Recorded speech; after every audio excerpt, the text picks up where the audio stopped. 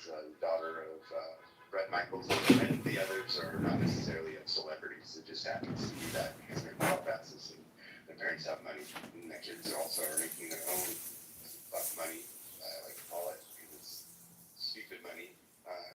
They have, I mean, we're talking about these kids in their early 20s with mansions and Calabasas stuff, and it's their own house. But anyway, and I was talking about how when you get that kind of clout, or you have your own reality show, and you have a lot of attention, you got to keep the fire. You got to keep the fire alive. And we went into sex tapes because we were going back, and I was reminiscing about the Kardashians and how no one would have probably even known. You talk about the Kardashians, he knows that. Yeah, exactly. Started with the videotape, and it was only because she was the daughter of Robert Kardashian, who was one of the attorneys for O.J. Simpson, the one who made the face like, I can't believe he is not, when the non-guilty verdict came out, he was infamous for his reaction of like, oh shit, because he was shocked that he was found not guilty. And Kim Kardashian's all she was really doing at the time was trailing around Paris Hilton like a little puppy dog, following Paris Hilton everywhere she went. I mean, they were friends, but she was pretty much a groupie. And it wasn't until she had sex with Ray J on video, because Ray J was the hot R&B artist at the time, that gained everyone's attention. I'm sure there was a large enough percentage of what said, oh, it's Robert Kardashian's daughter, that most people were like, oh, this is not Ray J on video. Oh, it happens to be Robert Kardashian's daughter. That was probably more the order in which it gained its notoriety. And then here she is now with billions of dollars in the whole family. Made us famous, right? Exactly. They've done a great job. Yeah. And they're a great example of keeping their exposure. Something good can't come out of that, right? Well, being able to keep that going. She could have just had that moment and lost all the money. It's like the Island Boys that were really popular on social media. Now that the broken boys have no money, and the brother's like drugged out and barely wiped his ass, and the other one's literally the other day I saw. Is that the Island Boys? Yeah, the Island Boy. Oh god, those guys are straight fucking clowns, dude. Totally. But they even have to do what they had to do to get to where they are, right? Yeah, like I watch it just for this, how terrible it's gotten. Like he was literally on Kodiak Red, which is one of the dudes from the Island Boys, was on literally at like 30 in the morning the other day. And he only had like 230 people on it live. And only he was having like 2,000 to 10,000 plus people watching him. He was like in this dark room by himself talk about going from a high to extreme low. But yeah. Did you hear rumor that I heard rumor that their dad was Epstein? Oh, he had him on the island or something. Yeah, I heard about having him on the island or something. Yeah, the resemblance is crazy too. I think I saw that. Wow. I think it was a video. Yeah. It said it was his dad or something, but I don't know how true it was. So Yeah, exactly. You can't believe much anymore, but they're showing that picture of Epstein with the two boys when they were young. Yeah. I see it. Yeah. Amongst a load of other people as well. But yeah. You really think it was his kids? Dude, the resemblance is crazy. That's what they were trying to portray, but I don't know for sure. That's wild. Wow, I didn't hear. I've not heard that one. That's Yeah. Look up. I don't know if you're free or if you got a computer, but look up the resemblance to him. Put the Island Boys and Epstein's photos, and it'll probably come up. You'll see there's a photo of Epstein, like they look like they're like next to a beach or something, where they're kind of like he's hugging them, like they're posing for a photo, and that's where you see the resemblance is crazy. Yeah, you see it exactly. Yeah. And not only that, there's a lot of the kids that survive, the that Epstein Island, they will become like something major in society or in the world, right? I was saying something like that, but they've gone into like government places or. They had all kinds of money too. They just burned through it. Or became some sort of celebrity or something. Yeah, they were given was watching a live, and I should say it's funny, so not constantly wrong, but I was on live TikTok live, and they were so popular, they were popping up on my feed, so I'm watching them. He's literally with one of these school friends at one point, and he goes to this closet where his safe is, and he pulls out this, like, big stacks in his hands, $100 bills in both hands, and he's just going off. And then I remember it wasn't too much later after that someone had broken into their home. I was like, yeah, that's kind of stupid. Yeah, let's show people where our money is. Someone's gonna, like, you know. Probably want the attention, never know. Right. You know, Right. They're not the smartest boys.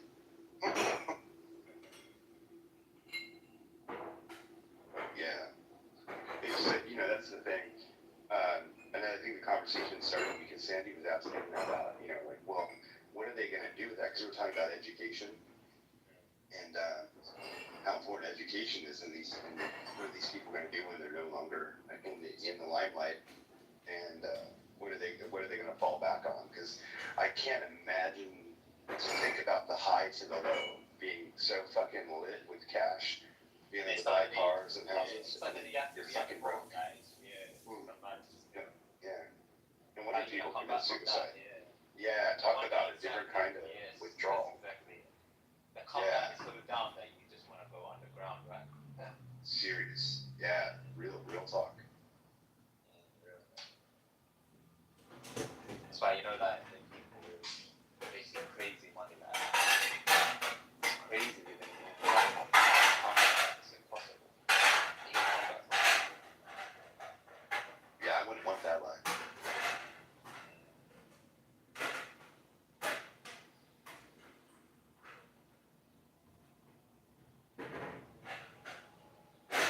Georgia boy, what's going on?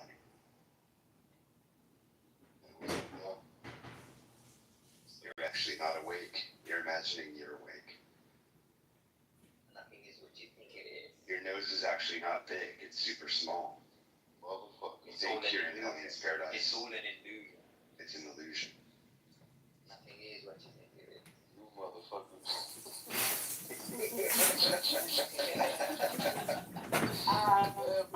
One moment, so yeah, welcome back, Georgia Boy, and also hello, Pam, down there in the goo, and to the two nuns, Eggplant and Magic Wand, welcome to Helen's Paradise.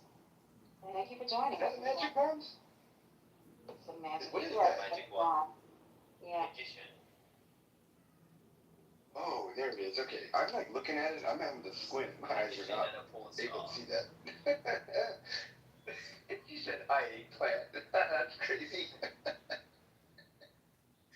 Oh, when's the last time a female ever said that to you guys? Yeah, hi, eggplant. She's all down there. Hello.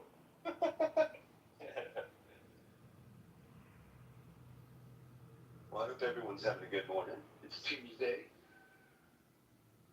And, yeah, it's Tuesday. Get your tacos on. Discounts on tacos, y'all. Taco Tuesday. That's my dirty mind. Taco Tuesday. That's right. Taco Tuesday. Nicole, I was not even thinking that way. Naughty. Every Tuesday is tacos and tatas too. Let me clean it up. Yeah, let me clean up my mind. Did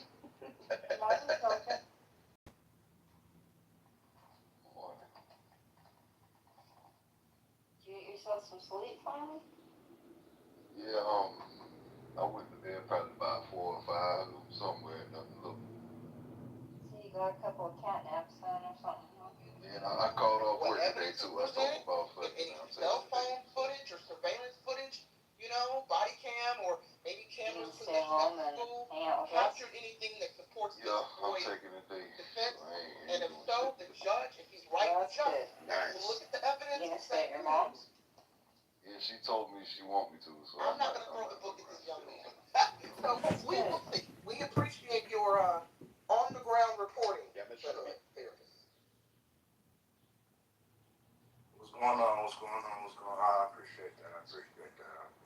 But again, I think this doing the civic duty I think this is going to be one of the main points that I really want to point out.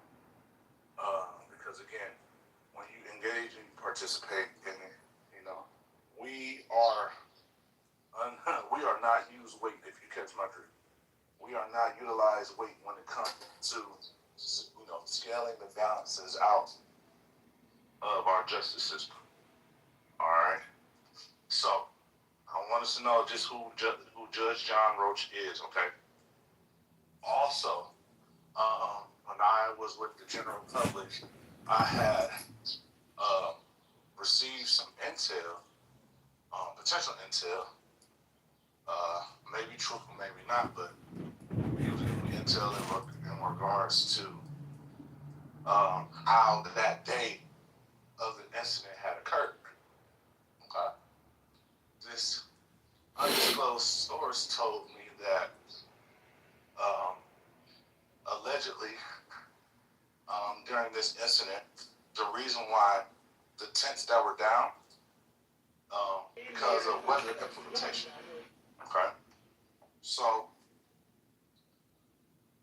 it was windy, it was raining, and this was an all-day track and field event. I thought I left the box back. I hate to play the manager card, but when you're on because it was raining, because it was windy, there's a lot less some of no the superintendents or staff, So it's really lucky that I in ran order into for you the because tent the not to be insurance didn't blown totally away, cover the damage to the party bus. they had, $5,000. you know, they have closed down, You think they I would put be down doing their this if tents. I had $5,000? Look, I'm Now, sorry, the but only you did school the that damage, didn't so put down you're their gonna tent figure it out. was the school Hey, Mindy, where I've recently Carmela been hit with some Anthony unexpected and expenses, and that plus what Austin I Metcalf went under. What? Alright, you can't even slice but due to the weather implementation or due to the change of the weather, there was a delayed game. Nice initiative, Samantha. So Yeah, it's not as during easy as this it looks delayed to do it. game, Anyway, here's your Alright. paycheck. this is where students would commonly, Down you know, payment, bitch. socialize. Okay? So I think this incident happened either between 11 a.m. or 1 p.m. Samantha, Okay? I So can during that see time, you. that delayed game, this I is hate to where play the manager allegedly card. Carmela Anthony and Austin Metcalf were socializing, not with each other, but just generally just socializing with their competitors and their peers. Right? They also told me that there is a possibility, not saying it's true or not, I just want to put that disclosure in there.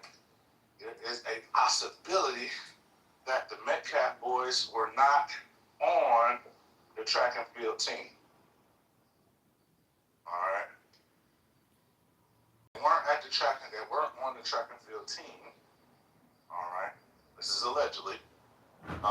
But they were at the event. I believe it was confirmed that Carmelo Anthony was on the track team, but again, like I said, this may not be true. And plus, if they weren't on the team, doesn't mean that they weren't being supporters of the team as well. So that was gonna be some questions I'm gonna start looking into and asking, just to be able to give a little bit more nuance to it. Okay. Another thing. Now, when you did your jury duty, did your judge provide like a civics test? No, Oh, okay. no civics test, no. All right. Like, did the judge ever ask you why it's important that people, why we have jurors in America? No. Did he become a professor by any chance? Nope. Every jury duty was always when it came around to ask it, each juror question was about professional, like what did you think? Okay. All right. So my experiences was this Judge John Roach, he was giving the jurors the prospects of questions, answers. When did America start having jurors in our court system? Why is it important that we have evidence? What is considered evidence? What is considered, misconduct? What is considered biases? And the jurors did have to answer that question. That wasn't a rhetorical question. These were all answers.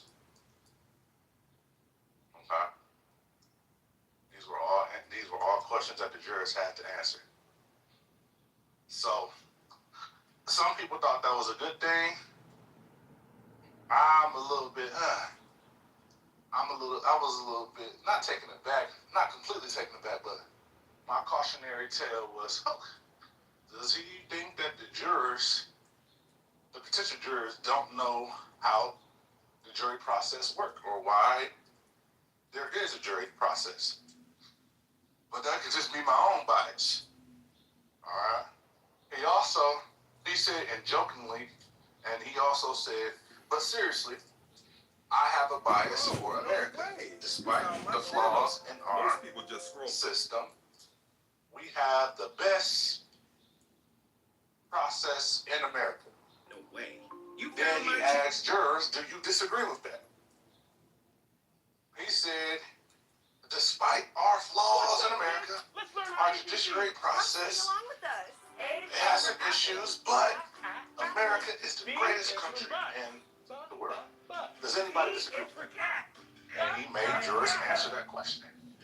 And some jurors said, not that America isn't only the greatest country in America.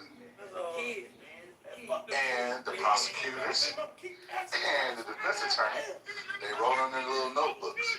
So now when you say that the jurors are being hand selected and they want the most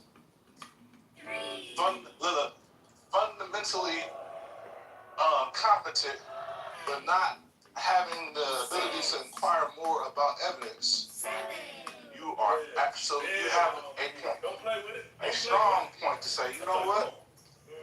They don't want intelligence, because intelligence, in my opinion, could be considered as a bias. Okay? It could be considered a bias. If you are too smart for your own good, or if you have a belief or an intelligence or an indoctrination, you may be considered biased. Yeah, I'm about to say, I don't understand why everybody buys foundation. I agree with the lady on some sides as well from LA. It's been signed, anything that's like the last 20, 15 years, my mom was telling me, she got selected for jury sometimes. I got selected for jury once, right around some like something. Then, these motherfuckers be dick, alright, they be trying to get dick from these motherfuckers. There's no such thing as a person not having a bias. That makes no sense. Any people who come from it, they want bias in anything. And they don't want to like, they don't mention that. They got their own role, beliefs, laws, religion, all that shit, you know, shit, and they come here trying to adapt to this shit. Or the white man keeps telling them how to adapt. Alright, they ain't the one. Like, all of these motherfuckers winners, white people. Everybody got a bias. But what I am expressing to you is, if your bias is apparent, you are not selected to the jury. If you have any form of intelligence, or if you have any thought-provoking questions, or if you can think abstractly, you will not be selected to the jury, is what I'm saying. Yeah, that's ridiculous. That's why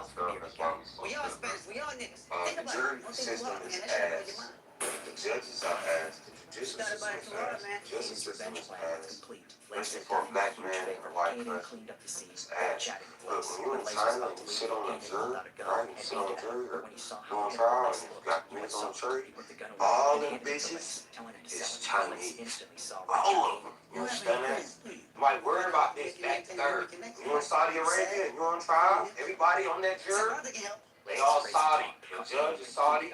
Your lawyer is Saudi. The defense attorney, the prosecutor is Saudi. Everybody. A lot of people say, We at odds. It's never going to be equal playing with these people. Understand? But aren't everybody American deserving on those juries? Yeah, but you know what the fuck he talking about. When that nigga talk about China, nigga, them is Chinese.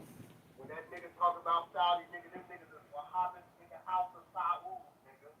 Those are what you call racial, homogenous societies. The same ones I've been telling niggas that those are the only places where socialism works. Socialism doesn't work when you have minority groups like Black Americans, Native Americans, etc. Yeah, he spit. That's a fact. And not see that? How the fuck do we still trying to, oh, we gotta be equal? These niggas are educated niggas. You know, you talking to the two Negroes in this room who got white man certificate. That's brother Stephanie and the hood 17. Those are the educated Negroes. So they're gonna spot certain things that only educated niggas see. Like this jury fuckery.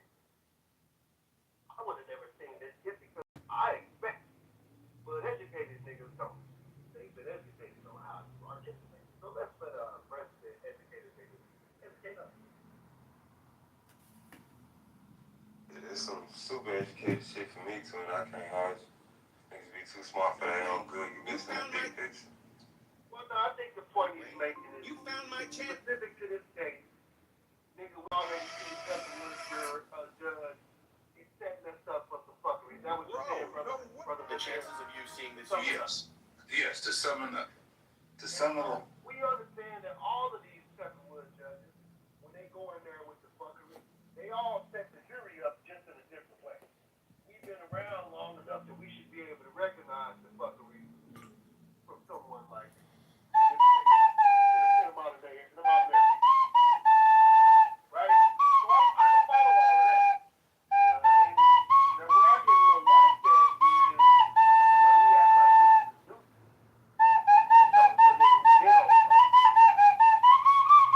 That is the box. Had to come back, nigga, for the goddamn sentence. Yeah. Didn't get to go nowhere. Nigga had to hit the handcuffs and go up under the jail. Nigga back to the holding tank. Hello, I am the Now, I know token. niggas we can talk about juries in this motherfucker, but nigga, I can talk about a jury in this motherfucker. You know what I'm saying? Type shit. Look, I hear you, twin, but you know, my dad did 21, my uncle did 22, so I might be able to talk about it more than you niggas who was locked the fuck up. So I was out here trying to put the footwork in for you niggas. Alright? Stay your ass out of jail, nigga. About that hoe. I got myself about that. Damn, you ain't had no support system then, gang. You need some niggas around you. No, I had a hell of a support system. I got myself about that hoe. Nigga, I would've got you about that hoe. Listen, how you got up on that master class? You should be charging niggas fees to explain to them how you got up out that jam. Especially brothers that are still in the jam. No, I'm not even being funny. That is a master Oh, God. $99 minimum. $99 a month.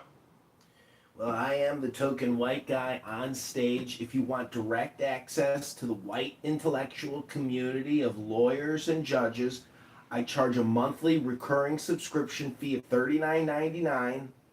I'm happy to be here with you all. Hit me up in the DMs. I look forward to servicing all your crimes. Kitover, you know, it never ceases to amaze me when I'm just randomly not looking at the phone and all of a sudden I can hear your voice. Okay? And it always gives me a chuckle. Anybody have a question for the resident white man?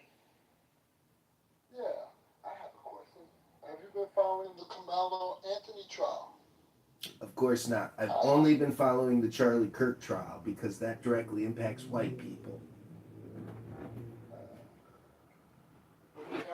He said that. He said that. Put you in the matrix. Put you in the matrix. Don't do that.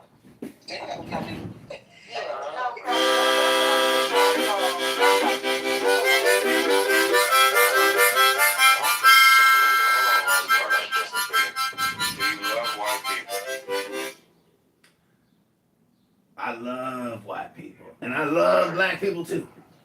Hold on. Do you love white people first? No, I do not. Don't even engage with them. One mic on sick. I love me a racist. One mic on King sick. One mic King sick. Go. So this is what we're not gonna do today. I suspect AYN is a white guy, and AYN is protected in this place. As long as you don't call y'all no niggas, don't y'all be acting stupid, acting unhospitable. I want some white people on this black woman to talk to us. So y'all respect AYN as long as you respect y'all. AYN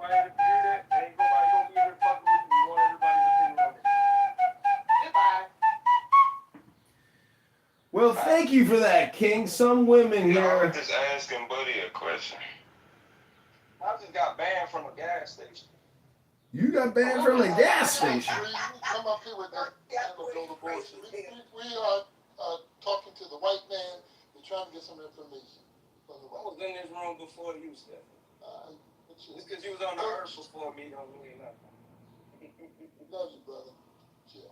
Coach, continue. Yeah, I just wanted to prove my point of white people loving white people as they should. Like the white people who said they wanted to make a white town. Why the fuck is niggas crying and complaining about white people wanting to make a white town? They should have a white town. How do you feel about this white town, Mr. N? Alright. Yeah, I am actually blind, so I don't know the difference between white and black people. And all I'm interested in, if I was to build a town, it would be a town based on intelligence, not our people. And so intelligence supersedes, knowledge supersedes all this racial ideological identity politics. I'm interested in intelligence and knowledge and trading to make money. That's the most ridiculous thing I've ever heard, brother. Point, no, he's got a point though, and I'm not trying to listen. I'm not putting on her cake for the white man cake. I'm saying, what's wrong with a town built on intelligent people? Intelligent people will build and grow the town, right? Sustain the town, infrastructure, business opportunities, job opportunities. Is that?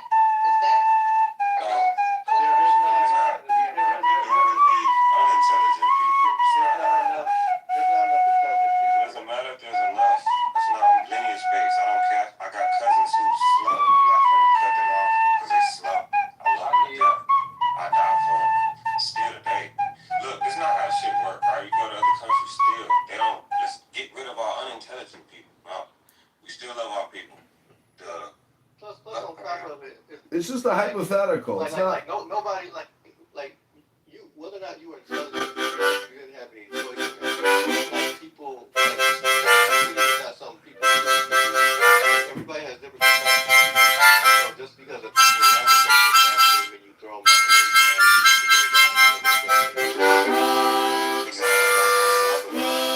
I didn't hear any accessibility features being used while he's on his phone. So he's definitely not blind. Or I don't know what he's talking about. Definitely not blind. I just we know that boy,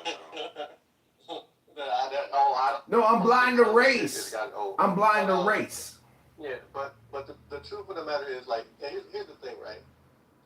To me, when it comes to black people, is you can't be pro-black, only be pro-certain black people. You get what I'm saying? And that's how a lot of people are only pro some of the black people. And even an example of only being pro-intelligent black people. Now, I do think that the people who are intelligent, the people who do know, it's our job or their job to, create a way for the rest of us, because, that's how it works in general. This idea of this, all of us doing the same thing is not how it works. It's usually a few that make preparations and create a way for the rest. Not, demanding that everybody do this and do that. That's not how it works, and that's not an effective strategy. The more effective strategy is a few people prepare the way for the rest, and that's how it works.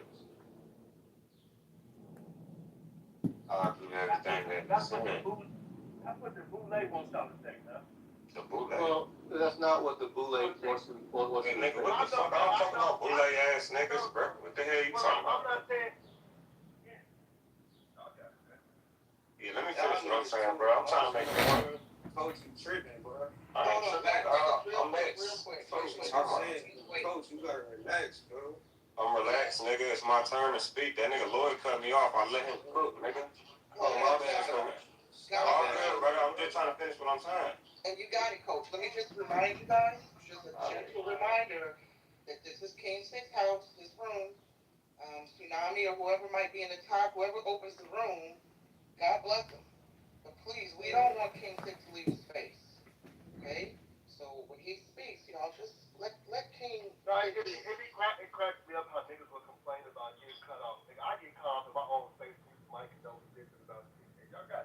let the nigga cut me off, nigga. That's what I just fucking said. I let the nigga cut me off. I let the nigga go. I just said that. Okay, coach.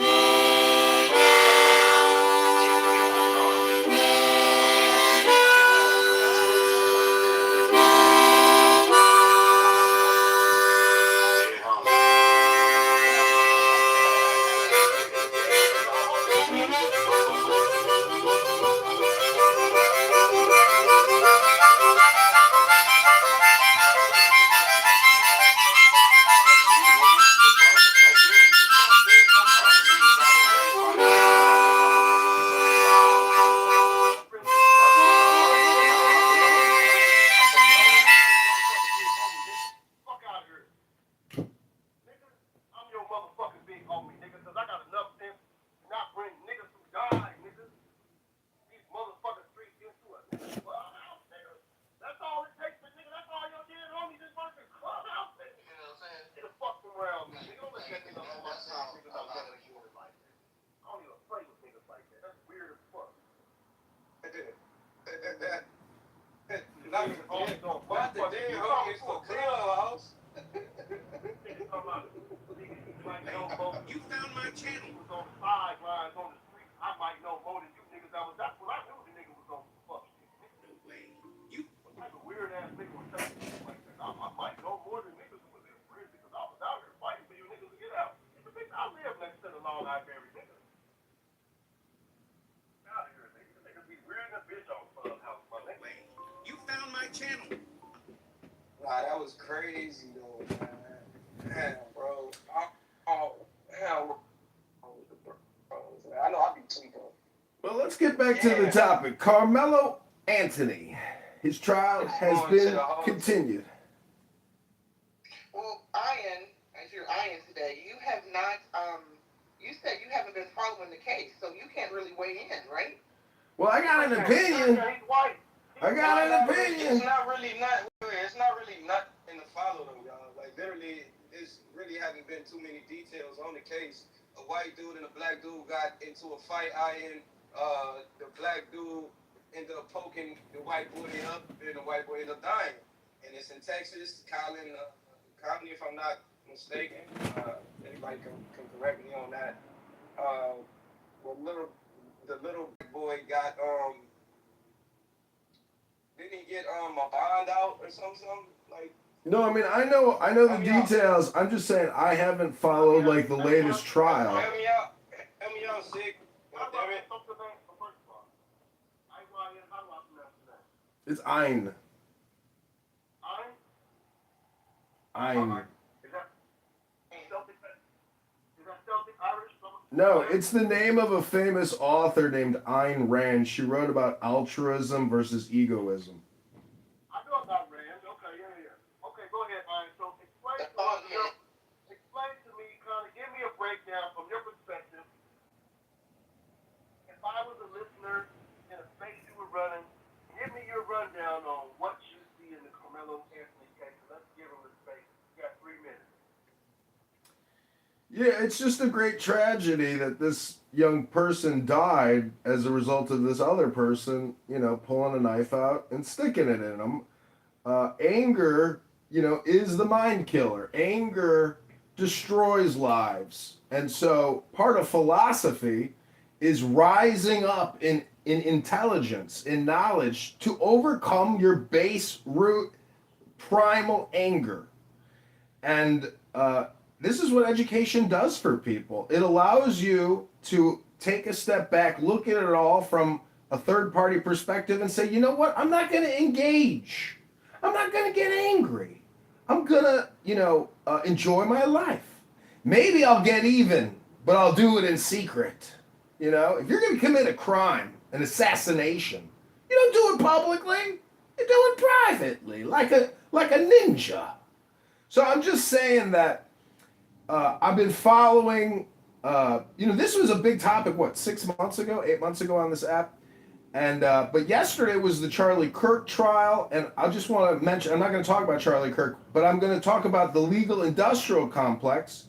I've had to deal with judges and lawyers, as I'm sure many of you have, and it's a system, it's a network, And unfortunately, the legal industrial complex has become, in many ways, the de facto economy. You can't escape debt because they'll resurrect it.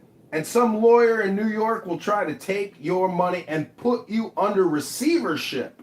They will literally siphon your funds, take everything you have, and put a new tax on you, on your wage garnishment. So the truth is, everybody should be a lawyer, and then we should have a higher level of law, which is like at the graduate and PhD level. Those are the people who should be actually in charge of the courts, not a political clique. Because when you run for a judgeship, you run as a Democrat or you run as a Republican or as an independent. What the fuck does your political affiliation have to do with your position as a judge of society? It shouldn't have anything to do with it. It should be impartial. It should be according to the word of the law, not what political party you're a part of. And restorative justice is a scam and a fraud. Affordability is a scam and a fraud because our government is making shit unaffordable. It's not your local Republican committee person. It's not your Republican government. It's the fucking federal government, which is 40 trillion in debt. And your state governments, which are 200 billion in debt, and your city government, which is 50 billion in debt. Isn't there one fucking town in America with a surplus? So we live with a bunch of thieves, we live with a bunch of liars, and it's a game. And it's who can get the most before they die, apparently. It's not about actual truth and intelligence and transparency. And again, the restorative justice aspect is all a fraud. If you kill somebody, make the punishment fit the crime.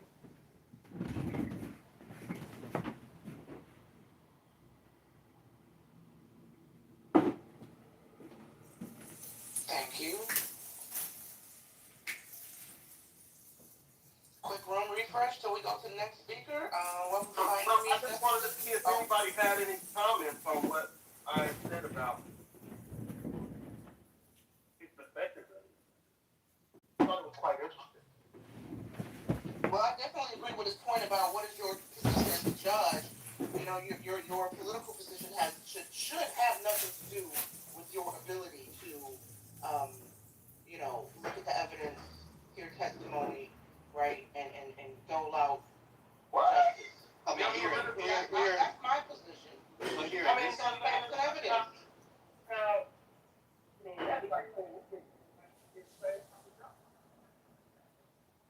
Wait, King, I'm sorry, I didn't hear you because you were muffled. You said that can what?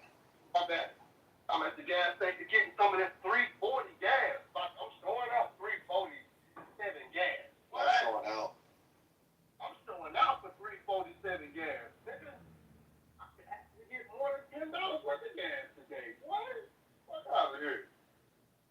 Dude, I'm balling now. I'm like, these niggas on Clubhouse. I'm rich and shit. You know, all you niggas got money, all rich and shit. Good credit, niggas. Y'all need to be like you niggas. Man, I'm still out here in the hood, just living a nigga experience out in this nigga.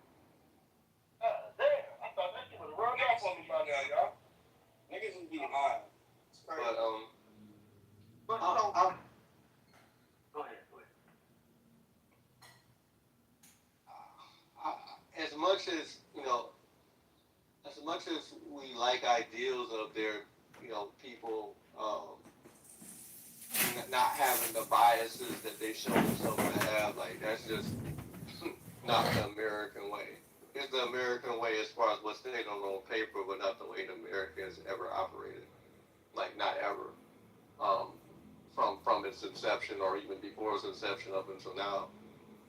So, like, a lot of these things are ideas. I think the only ones that actually, in my opinion, believe in what's on paper actually operate, you know, according to America's stated principles are black people, because we the only ones to do business with everybody. Like, we actually deal with everybody. You know, even to our own detriment to a certain degree.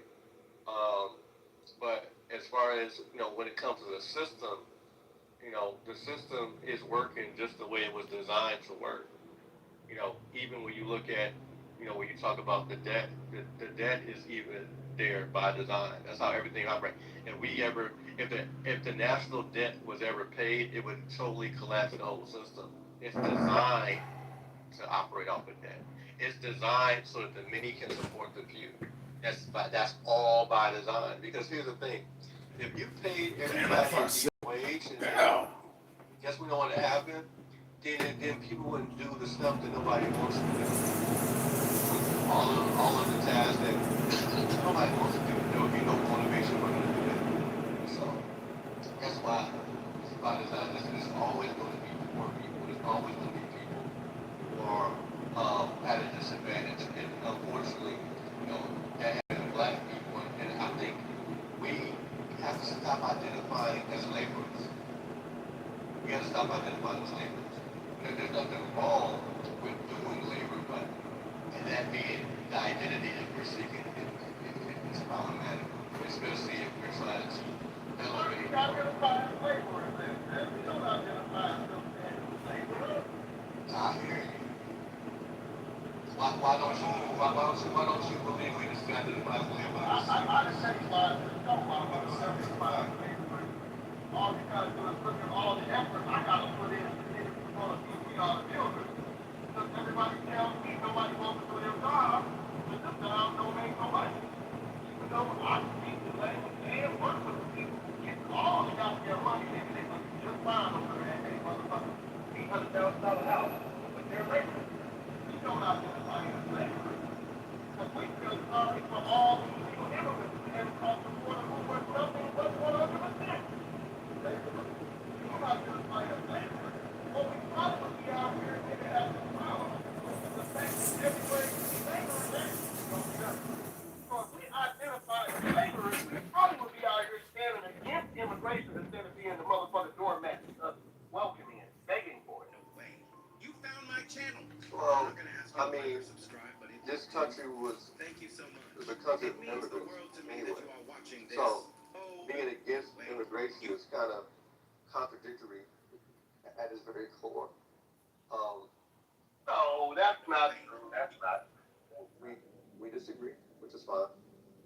But as far as when you But say, I disagree in fact. I disagree in fact. So we can run that. We can run that one. there's plenty of America that to go around. identifies as a nation of immigrants. What you said? I said this is I didn't say we identify, but this you is found what my it channel. is. It's I'm not not gonna ask you to like or that's what it is. subscribe, but if you do, thank you so much. It means the world to me that you are watching this. Okay, Oh, go and ahead. before What are we talking about? No. We're talking about in a time where we're talking about. See that?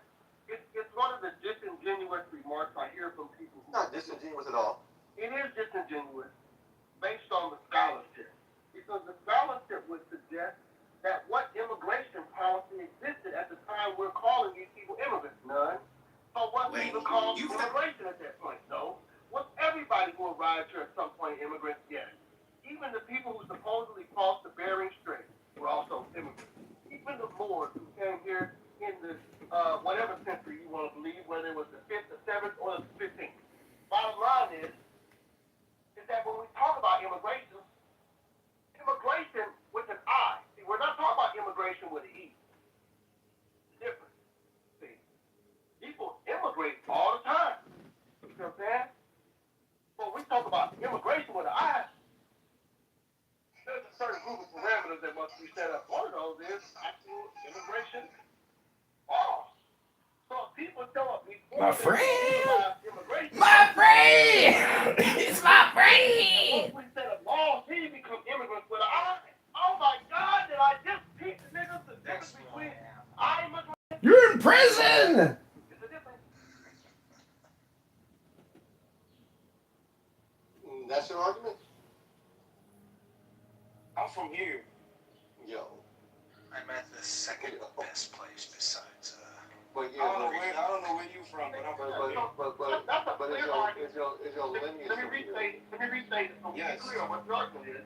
And the argument is this, is that if you have immigration, right, in a country that has no immigration law, that is not even a nation that can even accept immigrants because they don't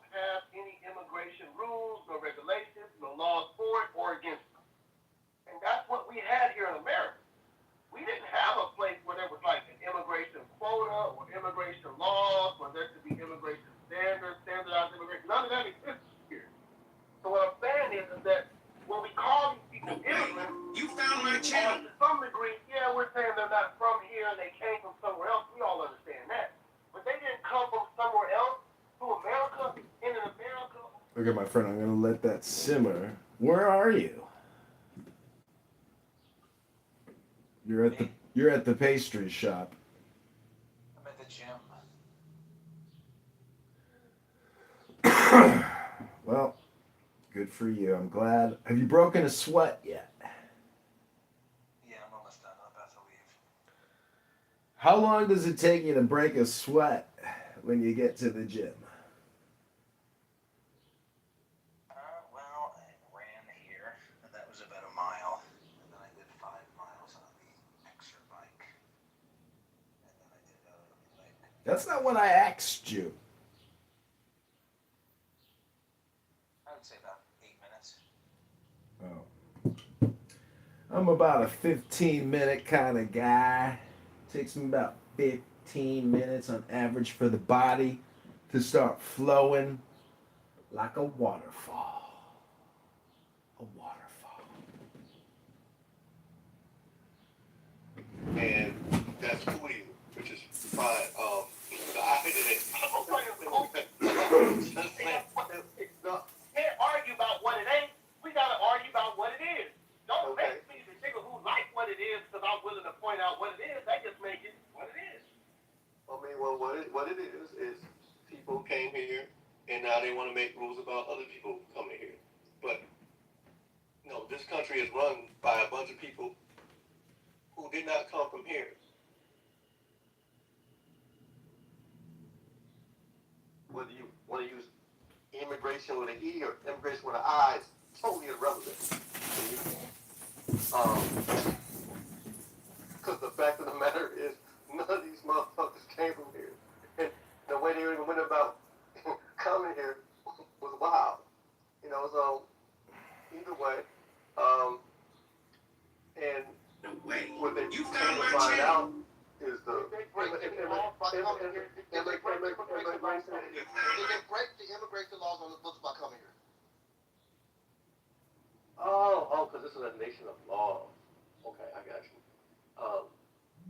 Laws that are, also the ones that, that they interpreted from by saying that the white man, the black man has no rights that the white man was bound to respect. The ones that they had to go through and implement extra amendments that were supposed to include all men, but somehow we had to have extra amendments to include us. Those are the ones you're talking about. Can I say something? I just want to be sure. This is Ein. Can I say something about the topic? No. You're not going to interrupt what we're talking about. No, we're not doing that. Well, I'm not interrupting. I'm trying to add, not interrupt. How are you adding? That's why I was asking to interrupt, but I can wait. I can wait. Go ahead. Well, I just want to say that all communication is political. Every topic is political. Immigration is political. Concrete is political. Cell phones are political. Everything is political. And in this country, with Joe Biden, with the millions of illegal aliens flowing through the open borders, crossing the Rio Grande, people overstaying their visas, etc., many of you know illegal aliens. And they're not, murdering you or robbing you. And in fact, they might be fixing your plumbing. They might be doing your drywall. They might be doing your gardening. They're not, bad people. They are breaking the law, but to them, breaking the law is better than living in a shithole third world country making less than $1 a day. They're willing to take that chance and risk for a little better life. Can you really fault them for that? No. But again, it's political. So the Democrats know that an illegal alien is 99.99% guaranteed to vote Democrat if they can get to a ballot to vote. And the government now with Donald Trump is trying to restrict unrestricted voting. And again, it's always political. The problem with bringing in so many illegal aliens is that it guarantees a Democrat supermajority all the time. If we don't have the opportunity to flip our government left to right, right to left, left to right, we can't rotate. We can't dance. This country will become a fascist shithole of wokeism. You know, is your son transgender yet? Has your son decided to mutilate his body and remove his penis yet to conform with social values? We have to question the values in society. We have to actually have some kind of value, not this supposed fake artificial values that we call values. Those values came over here with the Europeans who came and colonized the land. They brought that with them. And we have yet to experience this democratic supermajority that you're talking about. And play we never do experience. We've seen it in cities. This is not something that didn't happen. We've seen it in cities.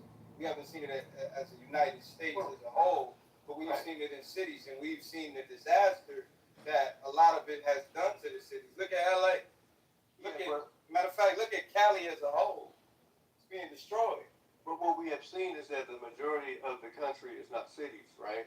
And so, like, that's also why we have the back and forth.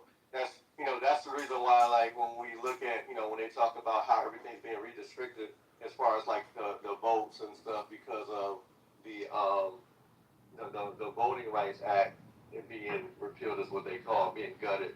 It really isn't doing a whole lot because unless they're going to district everything according to population, which would actually give more representation or proper representation, it's never going to be quote unquote fair anyway. So area that has approximately about a couple of thousand people will have just as much say so as an area that has a few million because it's not being redistricted according to population, it's being redistricted according to just regions.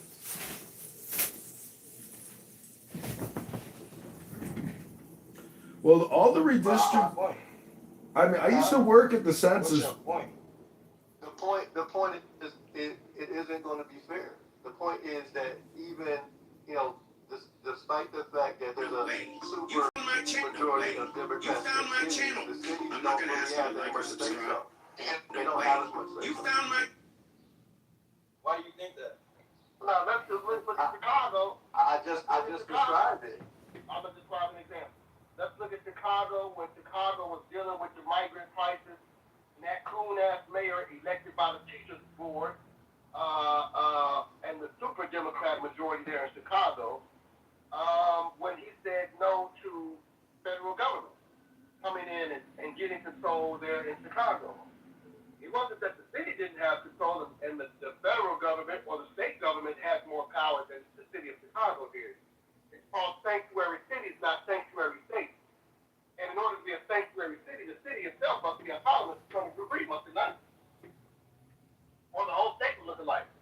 But I guarantee you, I can show you cities in Florida where you got a sanctuary city like Miami. They better not bring that shit to motherfucking Polk County, They'll find their motherfucking ass on the first thing smoking back to wherever the fuck they came from. I'll tell you that shit right now. You don't sanctuary no motherfucking Lakeland. Take your ass to Lakeland talking about, oh, this is a sanctuary city. Go to Haines City talking about, this is a sanctuary city. Yeah, right. So, them cities got a lot of power. Chicago has almost a $20 billion a year annual budget, and the Aldermanic Council voted the sanctuary city status. Brandon Johnson just borrowed $1 billion, and now he's giving out $70,000 checks to families that want to put money down on a house. When did a city and a government ever start handing out checks for down payments on mortgages by taxing other people? This is all wealth redistribution. During redlining of black communities in the 1910s and 20s, when the federal government established these organizations under what we call the New Deal, immediately after being established under the New Deal, these organizations began redlining and locking black communities, black families. Now, not only did they do that, they created today what we call the modern-day suburban neighborhood. They were called Levitt Town Homes, Leavitt, Levitt Town. And so this was a Jewish man, Abraham Levitt, and his Jewish son, who were also white, right? Because they're white Jews, so they're white and Jewish. They're not either or. They're both. Levittown, Pennsylvania. Levittown, Pennsylvania. Your mic is covered, King. We can't hear you. Sound like you far away. My window's down. So, Yeah, I was gonna say what you said. Go back like 15 or 20 seconds. I said about Levittown Home, I think brother episode is what he said is what he said. Levittown Home is America's first, when you walk into the neighborhoods and all the houses look alike, the cookie-cutter homes, like most neighborhoods in America, these are the rich homes, these cookie-cutter houses, right? And so this was Levittown Home. And whites were able to do this with GI Bill and with federal home loans, through the FHA loans, that was given by the government. The same government that had collected Black Americans' tax dollars didn't redistribute that wealth back to them when they were literally giving out, giving away free homes. Well, not only that, that was the only time. Also, you can look back to America's history of the thing called the Homestead Act, where America gave away hundreds of millions of acres of land free of charge. The only qualification you had to have to be white and head of household. You get Iowa, Nebraska, many other states in the Midwest were created almost entirely from the Homestead Act. Then not only did they give them those free homes, those free homesteads, they then built Kansas State, Iowa State, Ohio State, Penn State, and state agricultural colleges to then be able to educate these whites who had no role. The evidence for the narrative economics is all over Elon Musk's X space. If you do want to see the evidence, and unlike an actual trial in the real world, where actually I just got off of a conference call and a status hearing with a judge and attorney because I'm suing the federal government, this is not an actual courtroom, Steve. This is a conference call for strippers. It's called Dinner for Schmucks. Welcome to your reality. Hello. Those will be 2 times in American history. The whole goddamn country in some cases. Handed out free because even equivalent to a home to white Americans. When you start, the evidence would just be catching up. Yeah, I mean, listen, I'm not saying that all these things haven't happened already. There's nothing new under the sun. I'm just making an argument. You just said when, I just want you to be consistent with what you're saying. You just said, when did this ever happen? Okay, got it. I'm correct. I'm correct. So you did insinuate that. But Yeah. Okay, you correct. Okay, well, I stand corrected. But I'm just my name is Ayn Rand because I'm reading a book called The Virtue of Selfishness. Statistically, economically, running a business as an altruism, you can't run a business like that. You can't open a pizza shop and give out 51% of your pies for free.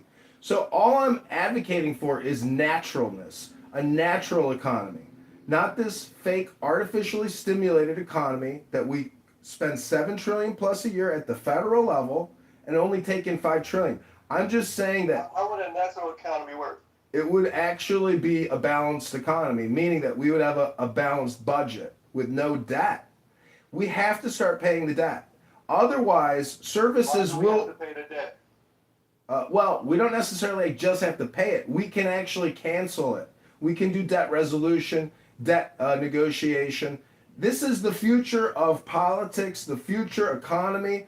The country has reached a tipping point. Made to run. Lloyd, just let him get his point across. See, when you say the system is engineered to keep the people working to serve the top 1%, 10%, etc., I'm not saying that you're not right, because the banking industrial complex, with interests and loans, and then ultimately, if you can't pay back those loans, they start doing wage garnishments, and now you become a debt slave.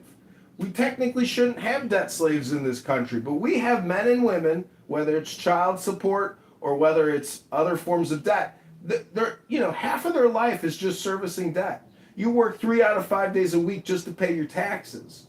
So I'm just saying that, according to Ayn Rand, the future economy is always a capitalist economy because it's the most efficient economy. But look at Peter Thiel, one of the richest men in the world who started Palantir and PayPal. He just left America. He moved to Argentina. because he believes that he will be a political target if and when Trump is gone from office. He thinks that the Democrats are going to arrest him. So he got the fuck out. And that's because he knows the Democrats are that big. The Democrat industrial complex is massive. It is huge. It controls the top 10 cities. It controls the federal government. And it is an ideology. It is a culture. And it is a big part of American culture. And I'm just saying that even a conservative, fiscally minded libertarian, at some point, eventually, when things get so bad and Democrats mismanage the system so much and they're so clownish and so crazy and just delusional, they think taking from somebody to give from somebody else is the basis of an economy. That's not. The basis of an economy is running a business profitably. It's a simple equation. The good metaphor is a pizza shop or any kind of small business. They can't run the way your government runs. Shouldn't we have the same standard between what we can do in our personal lives as entrepreneurs and business people as opposed to what our elected political leaders are doing? They're borrowing from the banks on your back without your authorization. That's taxation without representation. They should be sued and put in prison. These people are not fiscally efficient.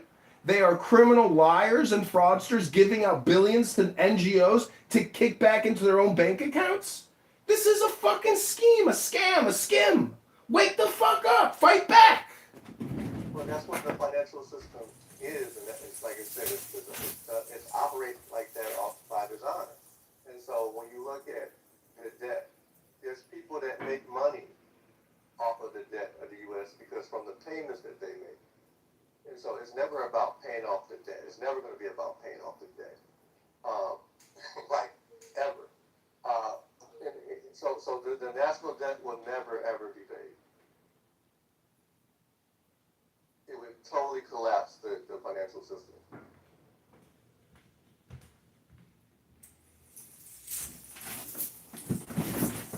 Well, we have a corporate-run society. There's a fundamental understanding about how at least modern day economies work. We look at, what they're doing is they're leveraging that to be able to do the things that they do. And there's a lot of modern day corporations that operate the same way. Many of the most powerful companies that you know are operating off the same way. And there's also such thing as capitalization. And so it's not about not having debt or being debt free. See, we're trained to look at debt as it being a negative thing. Meanwhile, a lot of the people who are running the country are the most powerful people in the country are leveraging that.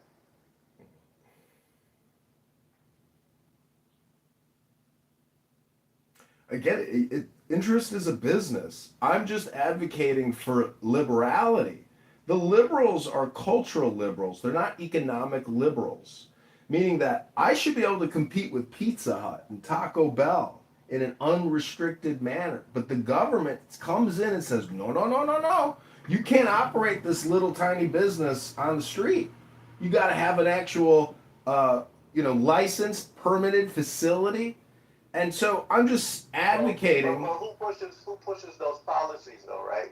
We know who pushes the policies. Just like when we talk about local government, it's not really about the political party that's in power. It's about the businesses that are in power, the businesses that have influence in a particular governments, whether it's city, state, where it's businesses that run this country.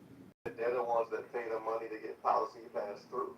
They're the ones that make it so, or that pay the money for there to be restrictions of who can have a license to do this, who has to get approval to do that. It's all by design, and there are a lot of those behind it. Matter of fact, the school system that we all participate in was instituted by businessmen, right?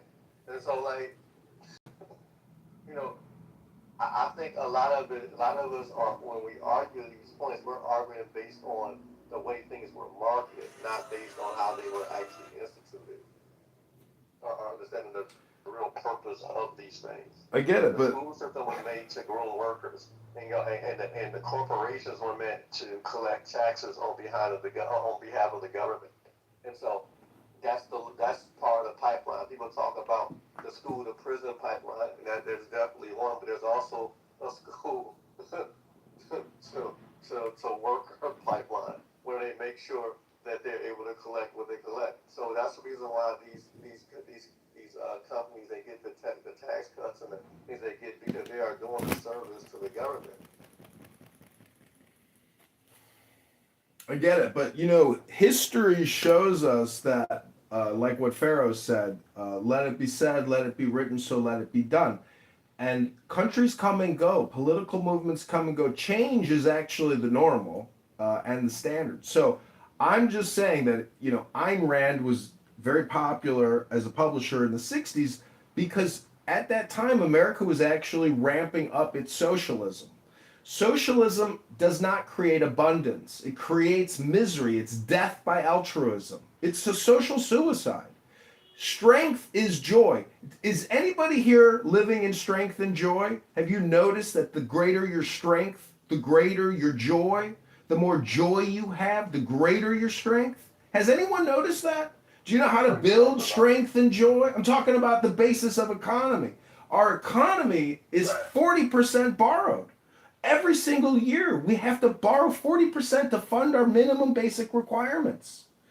I'm just saying. Now, here's the thing with that. Here's the thing with that. Whose fault is that, though? Whose fault is that? Whose fault is that? What we talk about? Wasabi? We talk about Wasabi and bake? Wasabi and bake? I speak English. It's the government's fault. It's our elected leaders. It's the people electing these people. But the problem is, the elected leaders. I'm. Whose fault is that? It's not the people's fault. The system is rigged. It's the people's fault. Sir? And it is the white people's fault. It's the white people's fault. The failure of America will always be in the hands of racist white America. I mean, this is the beauty of racism. The beauty of racism is you allowed for there to be a back door, ladies and gentlemen. And what was the back door? The back door was Black America. In 1960, America was 88.6 white, 10.5% black, for a total of 99.1%. Wasn't no Saudi Arabia's motherfuckers own shit over here. Wasn't no Chinese motherfuckers owning manufacturing and agriculture over here. We didn't know our motherfucking wealth this time. Now, what happened is the arrogance of white America thought they could keep black people down intentionally and open the doors to America and let all the rest of these motherfuckers, you know, the brown to your black and brown, because that's y'all shit. We didn't start that black and brown shit. That belongs to y'all too.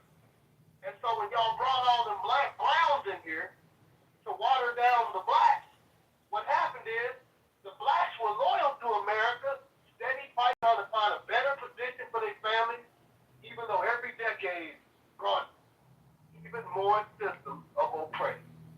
And the covert kind too. And, you know, no longer would they just take us outside and hang us and tell us what they really felt about us and take pictures under our burning bodies. So I can at least appreciate those crackers because they let you know how they felt about it.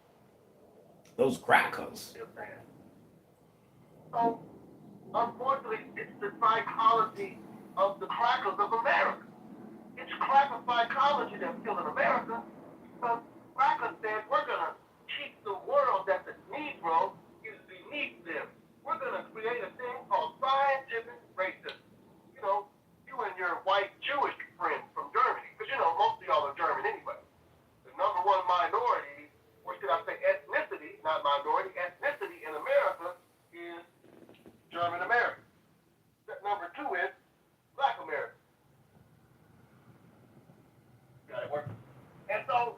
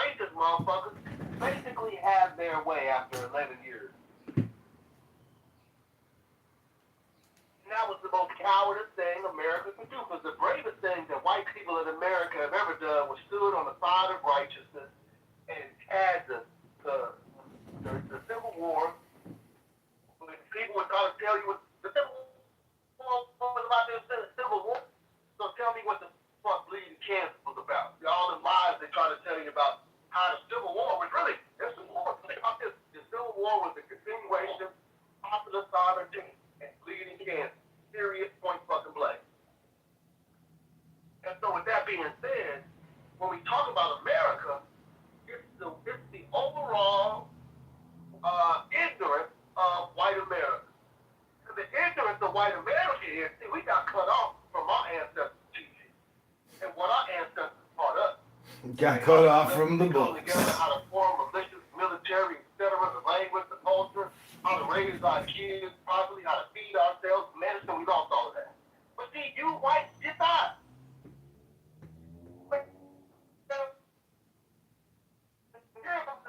Watch out for them goddamn Jews. They're not really off Jews. And the same thing that happened in Europe in past is happening in America now. So it's all y'all fault. You mean? Nobody took the books for your history. Nobody took your motherfucking past. It was right there. I studied the motherfucker. Yeah. So put all that goddamn crying and come to the table and say, look, we fucked up and we motherfucking America our lives. Y'all bring up the goddamn guns. We'll get y'all ass out there and get to dying for America, man, and make this shit right. And with that, Well, you know, I think that life is a little bit like a first-person shooter game. So even, let's just go with everything you just said is 100% a fact, not an opinion. It is the truth. And what you just said is undeniably the facts of history. Let's go with that. You still have one, you know, as like a first-person shooter, it's still your strategy, you know, and how you optimize and create your life. Creative intelligence is what sets you free. Creative intelligence is what gives you the therapy you need to move forward in strength and joy. So I'm just saying that until black politicians become black philosophers, they will never liberate their people.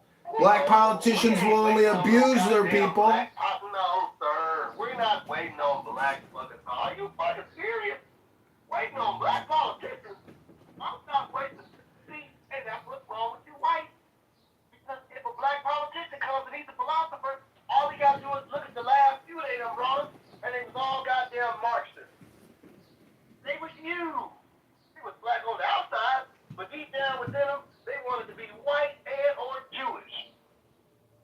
But you could take all the black politicians with you and you could smoke them motherfuckers until your lungs bleed. I can't do shit with a black politician.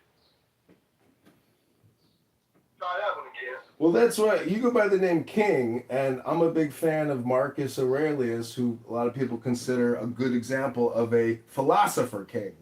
A philosopher king is difficult to debate with because what he's saying is so true. And, you know, when you talk about the economy, America, you know, see, black America doesn't benefit enough from the fake economy. And it could be because they're not selfish enough. Hakeem Jeffries, if anybody here likes that snake, explain to me how or why. But how does he keep winning? That's because, as I said earlier, the system is rigged. You wouldn't know it unless you actually experienced it. Maybe some of you have. I've seen it, I've witnessed it, I've participated in it. I've seen how lawyers and judges fix the system to suppress the people. The people are being lied to. The voters are being deceived. And unfortunately, it still doesn't negate the fact that it is a game that you, as the first-person shooter, must navigate. How will you move across the face of the earth? Are you free to move? Do you fear money? Do you fear housing? Do you fear food? Do you fear clothes? What is it that you fear? What's holding you back from achieving strength and joy?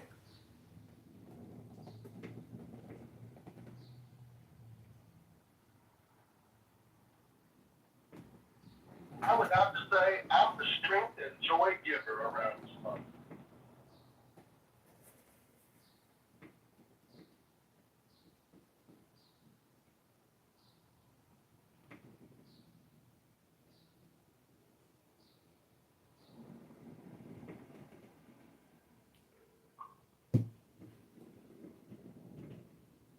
Well, just want to quote Winter in the chat. You not schooling nobody on shit. You know what's been holding us back. Who the fuck you think you're talking to? That's crazy work. But I mean, I think a lot of us, the game is rigged, but you cannot lose if you do not play. A lot of us feel like the reason why we're losing because we're not playing it right. We just play differently. If we just rearrange our strategy, we just gotta play the game from the inside. We have to play it like just like the white people were playing it. We just play it just like the white people were playing it. We're gonna win. No, because they game, they just changed the rules. we fight so hard to have a spot at a table that wasn't meant for us, and it's crazy. I mean, it don't matter these systems. It don't matter whether it's capitalism, communism, socialism. Those are just systems. It's not about systems. It's about proximity to power. All of these systems that we champion so much, it's still the many supporting the few. And who are the few? And so if the same group of people are benefiting, no matter the system, why did we fall in the trap of blaming systems? It's retarded. It's dumb. It's asinine. It's all of those. Because the system doesn't matter. You think people under capitalism is any happier than the people that's under communism, or any happier than the people that's under socialism? All the systems is people that's at the bottom supporting the people at the top. Every single one. Well, Lloyd, do you believe in the collective unconscious? I don't even know what the fuck that is. Meaning that like there's a herd mentality. I mean, that's something that happens. So when I say that the system is corrupted, look at Karen Bass and Spencer Pratt. Obviously, Spencer Pratt would be the better solution for Los Angeles, but the collective unconscious is going to vote and put Karen Bass back into power. The system is not corrupted. It's working as designed. What I'm saying, the system has a tendency to veer towards the collective unconscious, which is really altruism, which is death by suicide. Towards who? On altruism or who?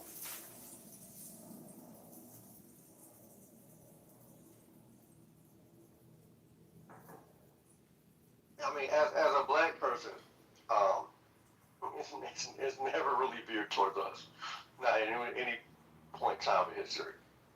Maybe different in your case. But as far as black people, the system in any way, shape, or form has never benefited us at all.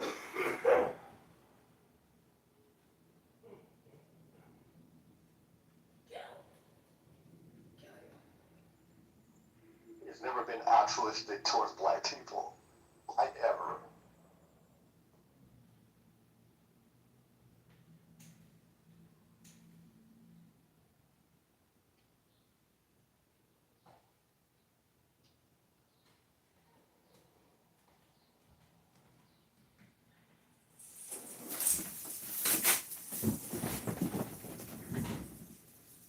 Well, it's been fascinating talking with you all. And NY, thank you. I can't wait to come to your movie review about The Odyssey with Matt Damon. Because Matt Damon and that movie is going to be one of the biggest flops of the summer season. I agree. I will see you this Saturday, sir. 2 p.m. Central, Press Hollywood. Shameless plug. Now I'll do a quick room reset. Welcome to By Any Means Necessary. Today we're talking about the Carmelo Anthony trial. It kicked off. The good therapist was in here earlier, and apparently he is covering it. I mean, he attended day 1 of jury selection, and it's ongoing, according to his account earlier when we opened the room up. And so I think he said the court session is not meeting today. What he's saying is so true. And, when you talk about the economy, America, Black America doesn't benefit enough from the fake economy. And it could be because they're not selfish enough. Hakeem Jeffries, if anybody here likes that snake, explain explain to me how or why. But how does he keep winning? That's because, as I said earlier, the system is rigged. You wouldn't know it unless you actually experienced it. Maybe some of you have. I've seen it, I've witnessed it, I've participated in it. I've seen how lawyers and judges fix the system to suppress the people. The people are being lied to. The voters are being deceived, and unfortunately, it still doesn't negate the fact that it is a game that you, as the first-person shooter, must navigate. How will you move across the face of the earth? Are you free to move? Do you fear money?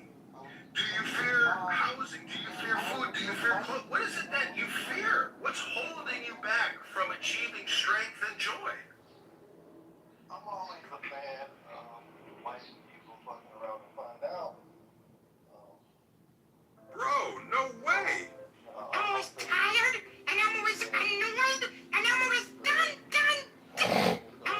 Bro, no way! You found my channel. Do you know these 10 songs? Bro, no way! Do you... I'm always tired. Cases of white people fucking around and finding out. Things will be a little bit different for us.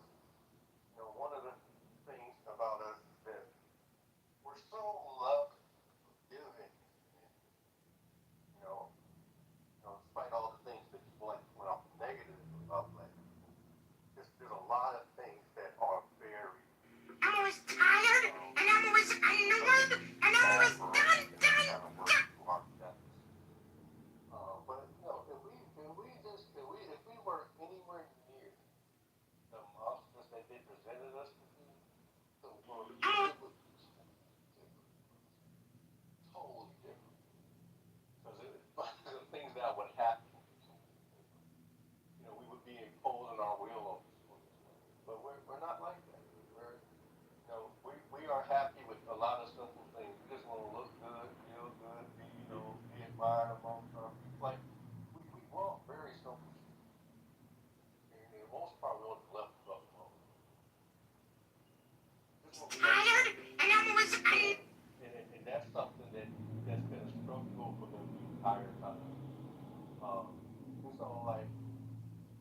when it comes to a lot of the bullshit of this country, the politics, power fight, we actually have a best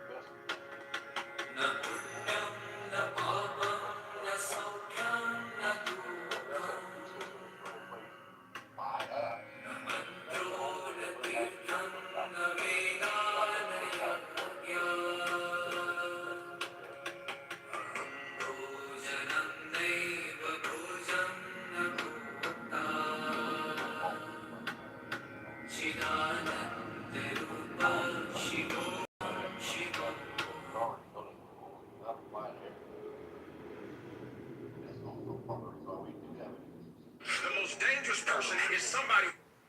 Oh, you put it in the good, thank God. Well, that's fine. You can kick me anytime if you want. You could also listen to a page from a book. Why don't you turn over the page and go to Ask Above? So Wait, you found my channel. You won't believe it, but you... काश ये लोग मुझे भी support करें.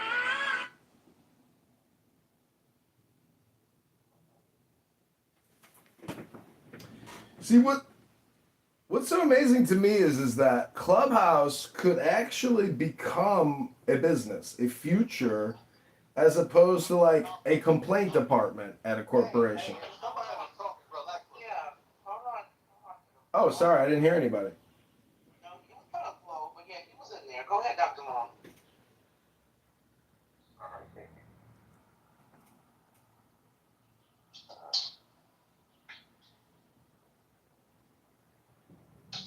Sorry, guys, I had to close the door for a little bit after my addiction. But man, he said some truth. I actually heard it this weekend. We complain about the system, and the system is working. It wasn't designed for us. It's working how it was intended. But still, we gotta just, we all got to find our own path. Some power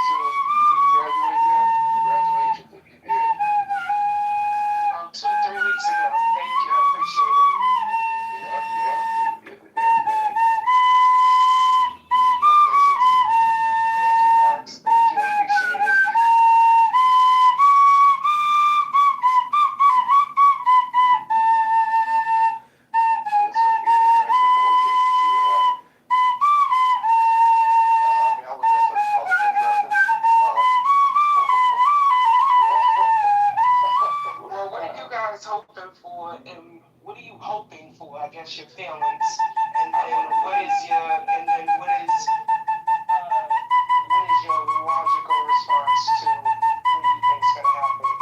I'm hoping that he gets this George Zimmerman treatment. That's what I'm hoping. But just that's maybe a little bit far fetched. That's what I'm hoping. Well, it's certainly interesting that to answer your question, as I stated earlier, I'm hoping the same thing. I'm hoping he gets off. I have an inkling he will, or again, as we all know, it comes down to the evidence. I don't know if he's facing life or how many years he's facing. I don't think he's going to receive a harsh punishment, right? But I also, on the flip side of that thing, it's very interesting as we're getting into the summer, and correct me if I'm wrong, it always seems every summer, maybe not every summer, but summer seems always is a time when it's racially charged. Yeah. So They we have turn up in the summertime, bro. right? So we have the Carmelo Anthony, a racially charged Mis and of course, on the bonitas, hermosas, señorita. another racially charged case. And I know it'll be a couple of months before that goes to trial. Him, Chuck the Builder, accused of shooting a black man. Interesting.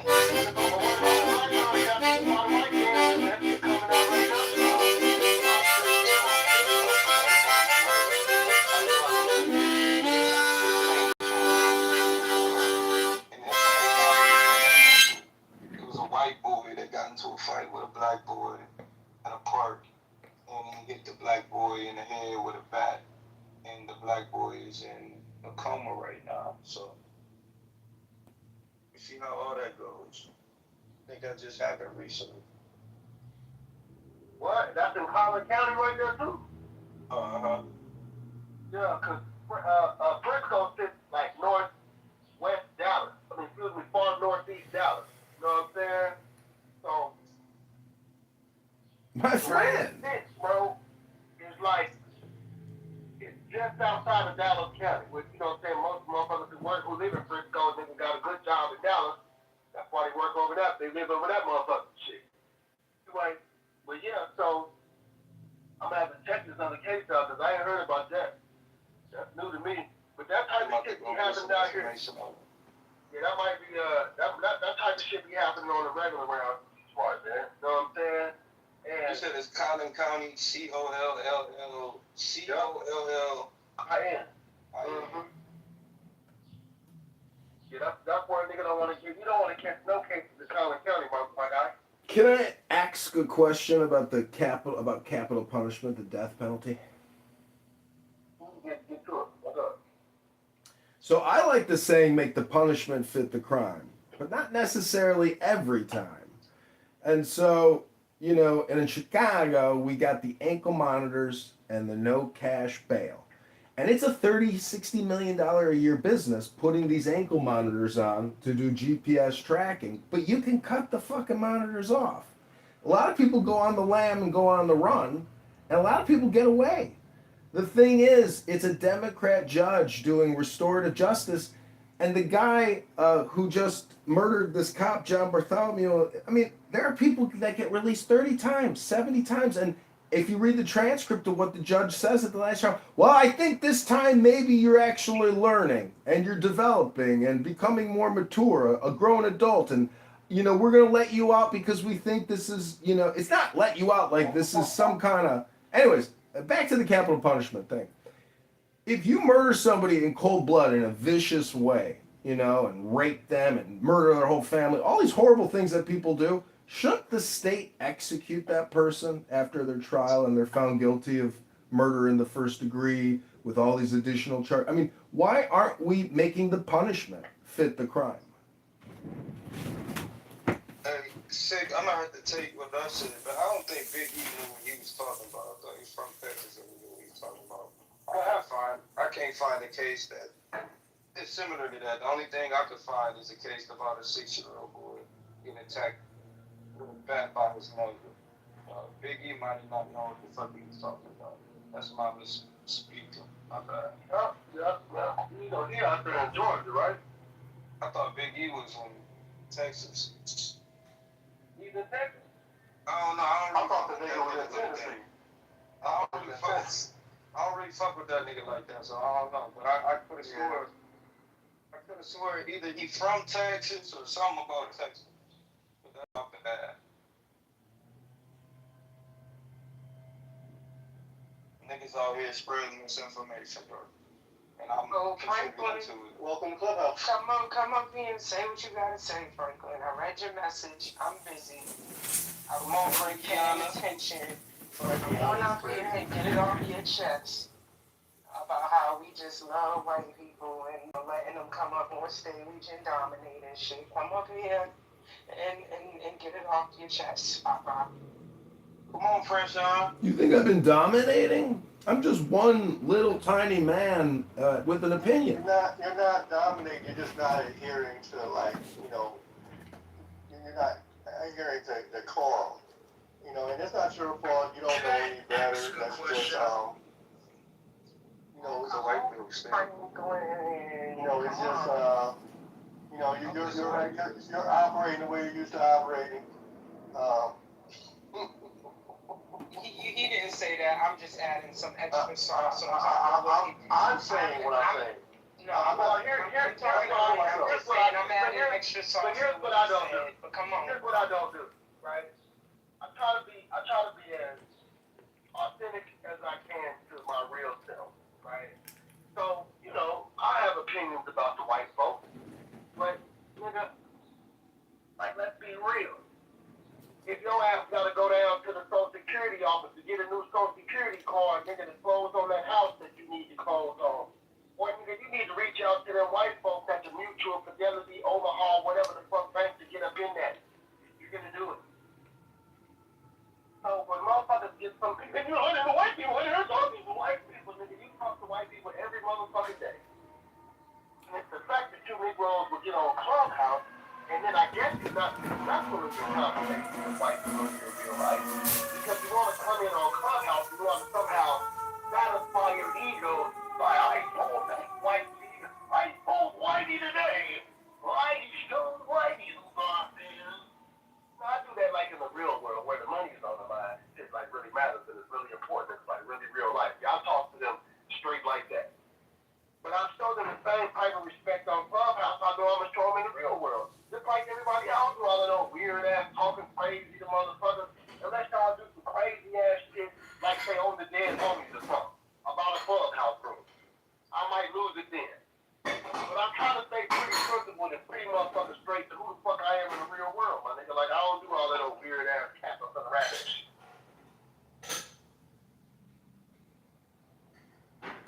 Yeah, I mean, I agree. I'm the same person. But I'm the same person all the time. I don't have no alter ego or no representative or no crap. But, you know, I mean, we're going to operate how they operate.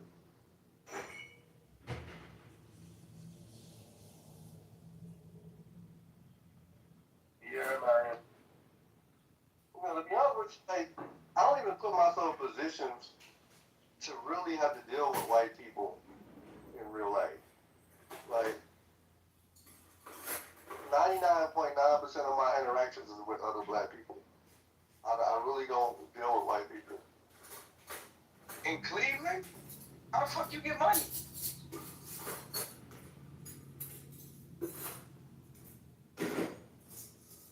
By not dealing with white people. Well, I'm not in Cleveland right now, but even in Cleveland, it's the same thing. Like, all my people is black. I'm not saying that majority of mine. Yeah, I don't got white friends like that. I don't got white friends, but yeah, I do business. Like when I go to, I'm a member of two chambers of commerce. When I go deal with those chambers, even though one chamber, the mayor is Hispanic, and the other chamber, the mayor is black, help get him elected, and the chamber president is black, that's my partner. But we still dealing with hella white people and Latinos.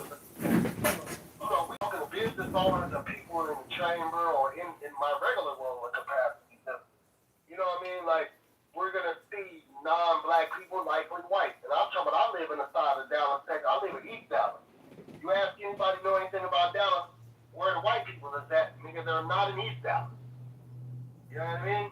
So, but I still deal with white people. Like, nigga, I've been dealing with white people. I've been at Home Depot today, nigga, dealing with white people. Like, motherfucker, you're gonna deal with the white. So, like, where do you go where are saying that, you know, somehow we're out of, I made my initial point that was I'm going to get the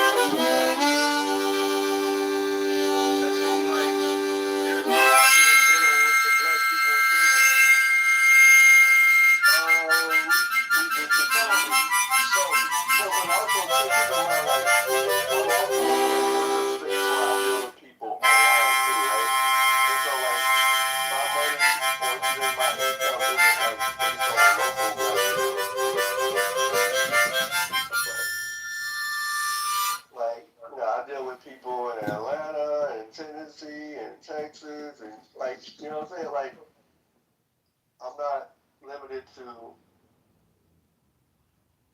local people. But even then, like I said, all I deal with is black people. Hello? So, I'm not like, saying that's a problem. I'm just saying I don't mind taking white folks' money. I don't mind taking white people's money either. But I got a question for you. I think that music is the best way to take white people's money, not by gunpoint or knife point. Hello? We about to go down the rabbit hole. So.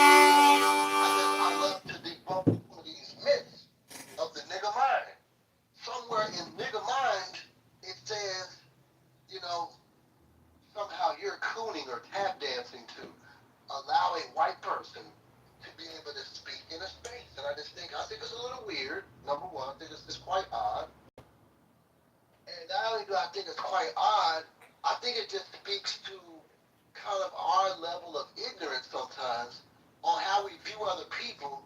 We think we're supposed to do I guess to them what they did to us or whatever the fuck that game is, which you know. Hey, no, sick. You know what the funniest part about it is that I'm thinking about since you said that? The funniest part about it is they'll get mad for us having actual talks in spaces that we are controlling, right? See? But they be in spaces that the white man controls. Right. They have no control in, but they somehow we don't.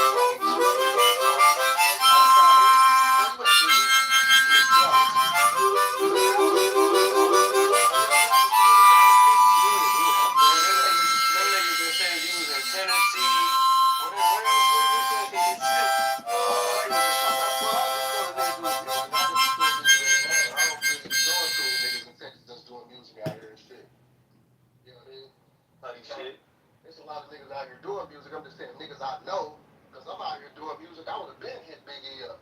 Like, nigga, I ain't got shit. I need to get mixed and mastered and all kind of shit. I'd have been hit this guy up. So tap in with me, Big E. Oh, I didn't even know you fucked with the music. Come on, Big E, man. No, I didn't know. I thought you was in the construction or something. I know, but that's how I got started, Big E. Oh, okay. I didn't know that. No, that nigga know how to rap. That nigga know how to rap a little bit, man. He be trying to compete with me and shit, but you know, the old heads gotta pass the torch. I know all this time they known this nigga. I ain't never heard this nigga rap. No, his shit decent. He got some smooth shit, and he got like some shit where like it's almost like that Currency and Wiz Khalifa vibe before Currency and Wiz Khalifa added on to that old school gangster shit. Like his shit nice.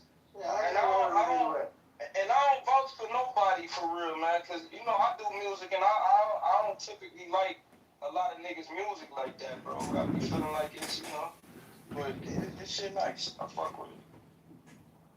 Well, I'd like to play a little song and dedicate it to the room and to all of your success, to all of your joy, to all of your strength. No. We not about to do that, no.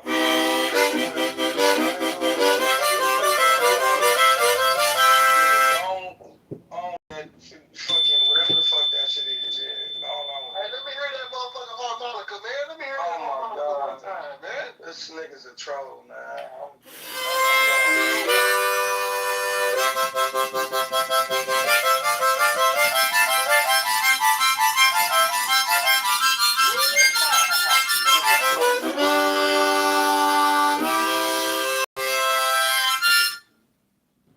Alright, you suck. But I mean, I know a harmonica when I hear one. It's definitely a harmonica and he definitely sucks. We can both agree, we're both close to it.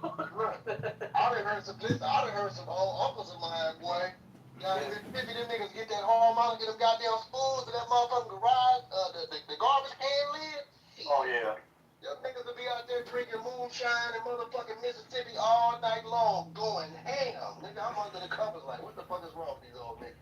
Until I got old enough to really get it, I was like, okay, they getting it in this bitch. You know what I'm saying? Nah, man, Biggie, a lot of motherfuckers didn't know because I ain't never really used my platform to really promote the music shit because I came out of the music shit because I dropped some shit called EOTW, End of the World. You know what I'm saying? Label said fuck you, and radio said fuck you. Everybody said fuck you, and that's when niggas started talking. Cause nigga rap wasn't ready for a nigga to be rapping that type of shit. Well, I didn't know that you did music. I just never heard you. I don't know why, man. I thought you was in Florida, man. I know you from Tulsa, right? I was in Florida. Yeah, I was Oklahoma and shit. Yeah. Okay. I moved down here 2 years ago. I went back to Florida end of last year. You know what I'm saying? Relax and shit. I'm back in Dallas now, man. Oh, okay. Dr. Queen be all over. Actually, one of my partners is down here doing what's that one little performance they be doing, the mic drop series or whatever? Yeah. On the corner, mic drop, whatever. So he finna do that shit today. He just drove out here from North Carolina. What is you, your attorney? Y'all know Nasir. Nasir is, I'm about to link up with Nasir here in a few minutes. That boy pulled up on me looking right to with the Jag. I said, look at my nigga with the Jaguar and shit. Boy, I see you, nigga. I love to see my niggas do good, you know what I'm saying? There's a band on YouTube called Smash Brothers or something like that, but they are making millions and millions and millions from YouTube and live concerts. And like you said, it's the street corner mic drop. That's the format of their YouTube show.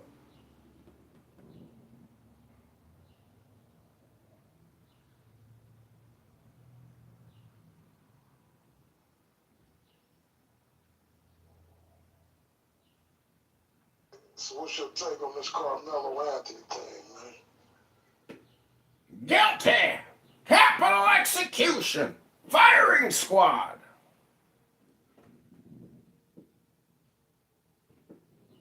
What?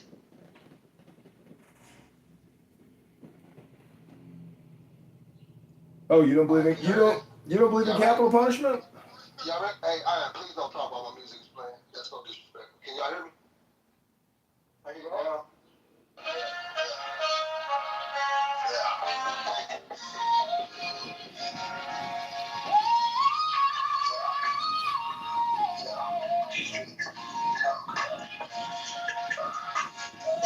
Copyright free, cause it never been copyrighted by me. Never been put on YouTube but by me.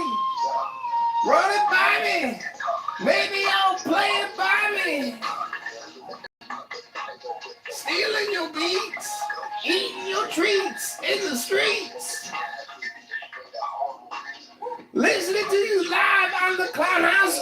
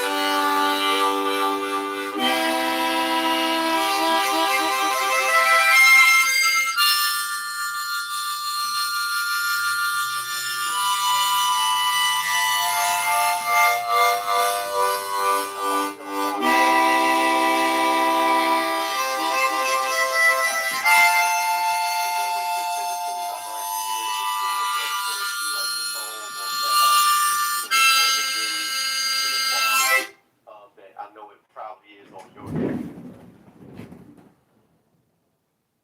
So can you like send me a link to it or something?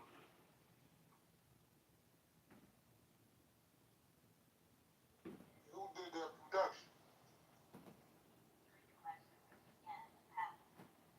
I mean, it actually sounds like the production is actually pretty good. Just can't get the full effect over the Clubhouse. Yeah, it sounds flat on Clown House. But that's because, it's not one-to-one transfer. But if you have a YouTube link, put the link in the chat. I mean, in the skyboard. I can't. What you say, King? Couldn't hear you over.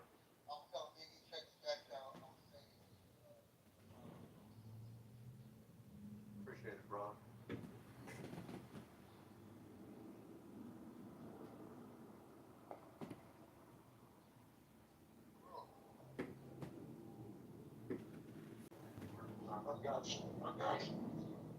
You have to look at Clubhouse, as modern Motown. This is a record.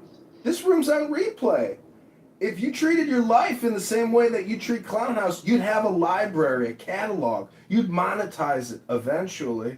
Hello?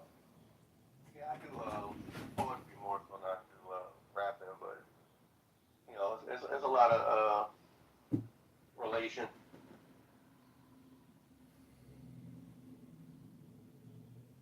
Oh, you put up the top. You on TikTok? Okay. But I got you. See, I'm gonna reach out to you. Yeah, man, I'm right here in Dallas, man. I got a whole lot of work going on. Yeah, no doubt. Oh my God, I'm following Mikhail. Get to a bag. I got something big I'm working on. Okay, you know, it's always the move. Yeah, okay, I'm gonna get at you, put it together. Yes, sir. All right. This guy needs a strong rebrand. Wait, why do you call it King Sick or Seek? Why not call yourself King Silk?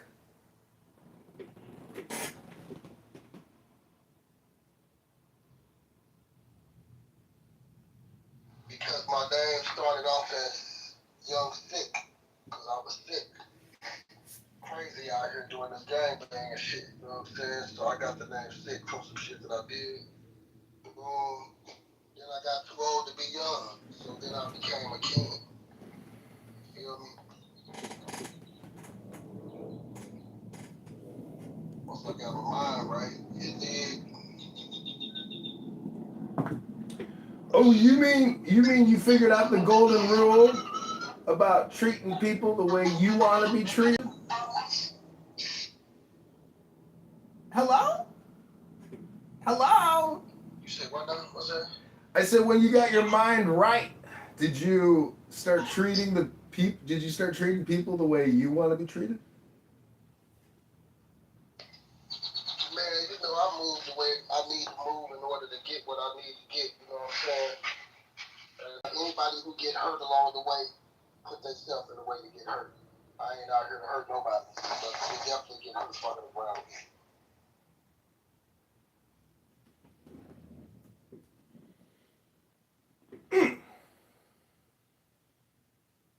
Well, I'd like to play another song dedicated to the Carmelo Anthony Death Records.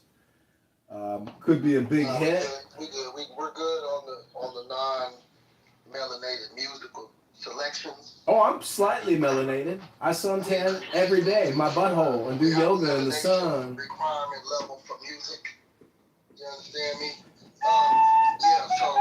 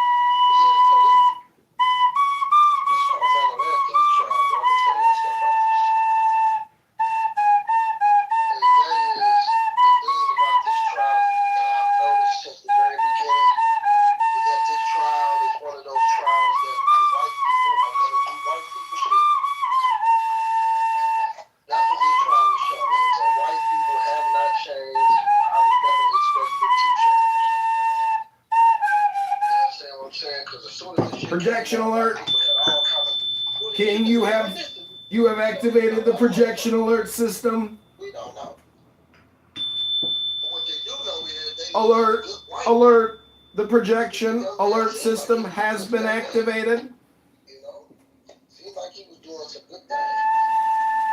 Same thing with that case down there in Georgia where the black boy got killed and the white boy supposedly had a scholarship to go to all these different schools and shit like that. You know what I'm saying? Like, the white folks didn't like losing a good white boy that had a teacher in front of him. Carmelo Anthony did too, had a scholarship to run track. So, I think what this boils down to, and then when you actually look at Carmelo Anthony, he didn't fit none of the stereotypes that these white people was trying to put on. Y'all remember that part? They tried to say the family bought the house with GoFundMe money. Y'all remember that shit? Yeah. Then come to find out, oh, these black people got money. Then they was mad about that. They was mad at what they was dealing with a nigga with some money. So then they just started flailing. All his parents were wrong. He shouldn't have brought this to the game. We don't know what he brought. We don't know what that man brought to the game.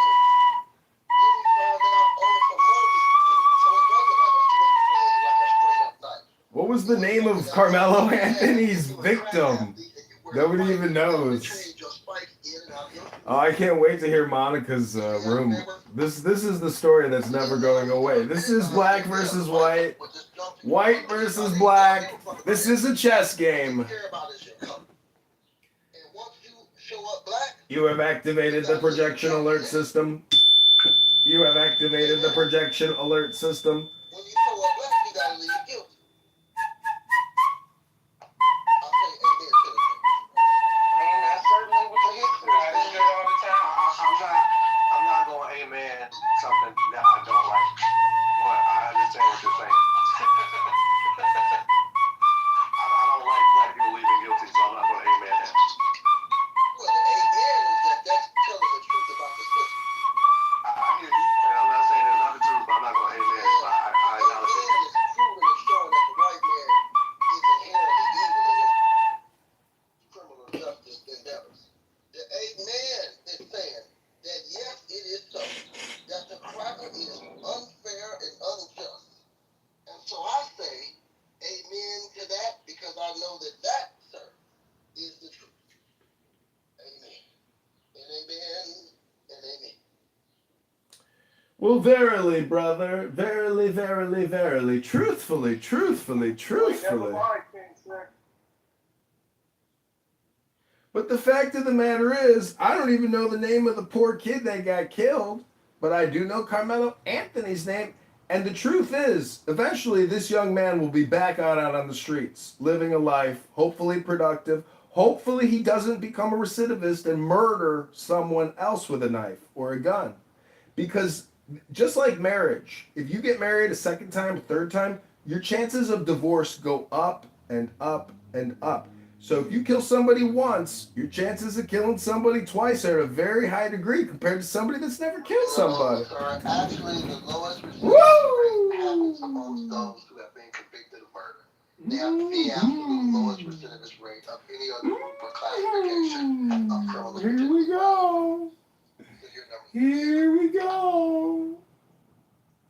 Here we go. Go to ChicagoMayorVote.com. Even though Go to ChicagoMayorVote.com. you basically said this nigga's going back to jail. That's what you said. That's how they move. That's how they move. And we ain't talking about T-move, we talking about they move. Well, you know, I live in Chicago. Again, we've got this ankle monitor, no cash bail system, and there's a guy that goes on Michigan Avenue and loves to sucker punch women in the face. He's done it 50 times. How much is enough? It's insanity. This is attempted murder. This is attempted homicide by death by punch from a 230-pound man. Why the fuck is this piece of shit on the street? Literally 50 times. I'm going to get you the article because it boggles the mind. This piece of shit needs to be executed.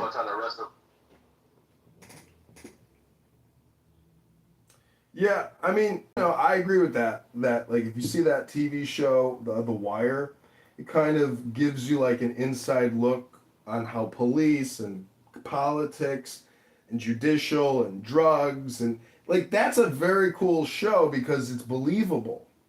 But just as the average taxpayer with a home and a job and a family and a kid that wants to do a soccer program for the summer but you can't afford it, you know, enough is kind of enough. Where when property taxes jump 50%, 100%, and next thing you know you actually can't afford shit, an affordability crisis is not because of anything other than government. I got a question for you, Hank. Yeah, go ahead. Is paying taxes a choice? In some situations, yes. In other situations, no. What about for you? What about for you? Excuse me? Is paying taxes a choice for you? And so, again, it's the same answer, yes and no. Okay, cool. Because, like, when you pay taxes and you feel like you still own something that you're obligated to pay as well, like, my tax dollars, it ain't your money, it's their money. They said that you better pay it. If you don't pay it, they're going to come take it from you and take other shit from you if you don't pay it. So it's not yours. It's just like if you when you get your paycheck, the job can't be like, oh my payroll dollars, you do what the fuck you want with your money. That's what the government do. What the fuck they want with the money because it's theirs. Not only is it theirs, they also have their name on it, their pictures, their influence on it. It's theirs. They do what the fuck they want. You really don't have a say so. They make you believe you have a say so, but you don't. Can I insert something real quick? Breaking news. Can y'all PTR? PTR, everybody. Does this not sound familiar? Also / look familiar to any of you? I'll give you a hint. The 90s.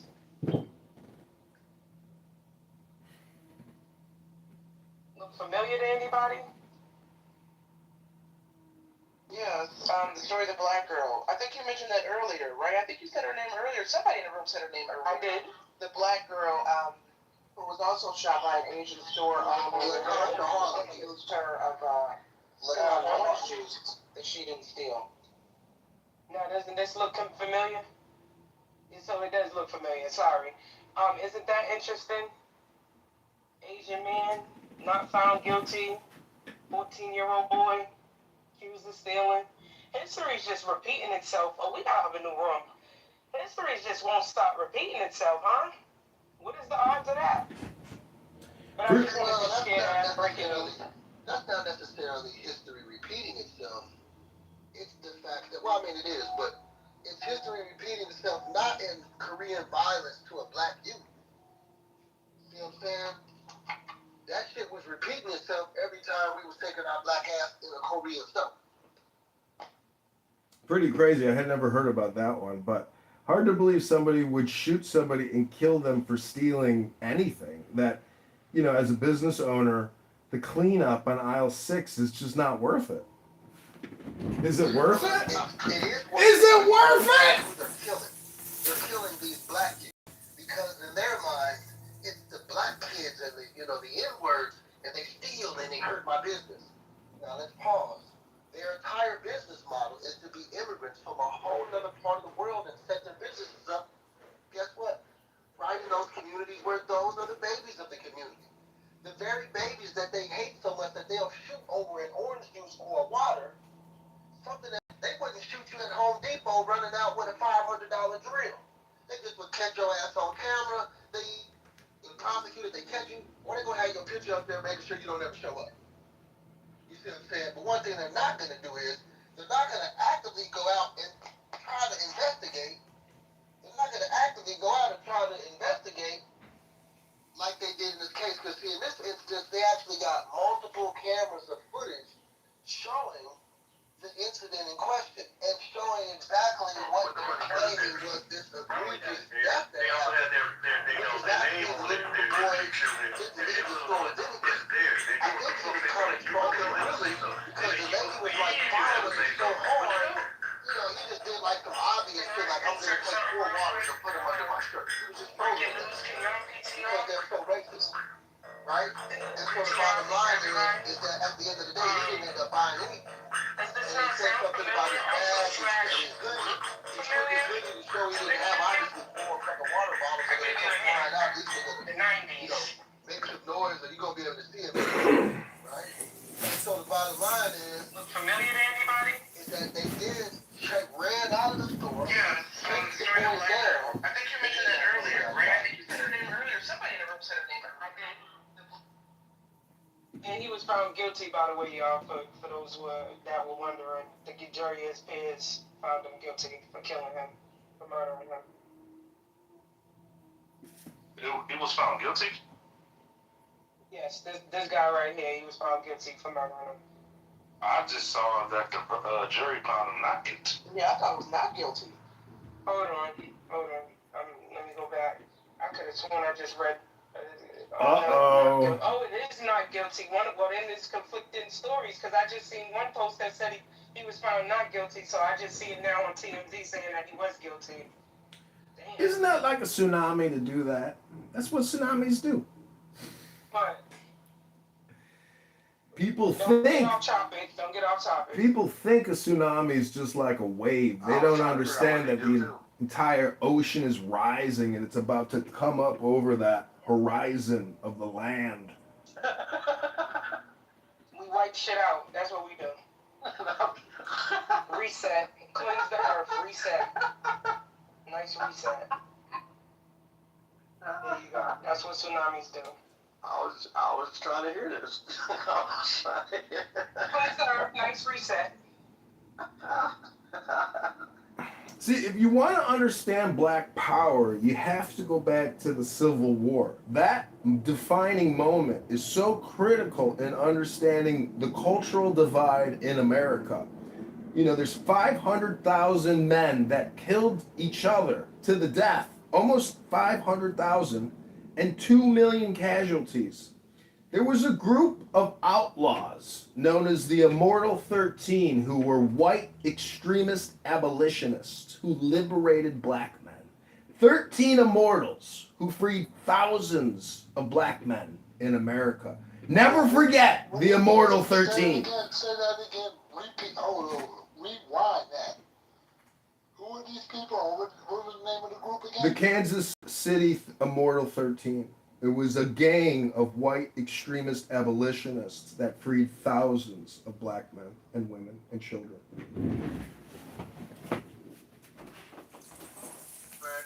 Because that's who helped the indigenous people from this land fight Albert Pike and stop him from taking fucking Arkansas from the nigga, bro. Because that's how, after we got through killing the opposite side for that whole ass nigga, he started murking the rest of us that was alive. And them motherfuckers right there stepped in. Most definitely. Well, I'm sorry to interrupt. And peace and blessings to everybody on the stage. I got perplexity looking into this shit right now.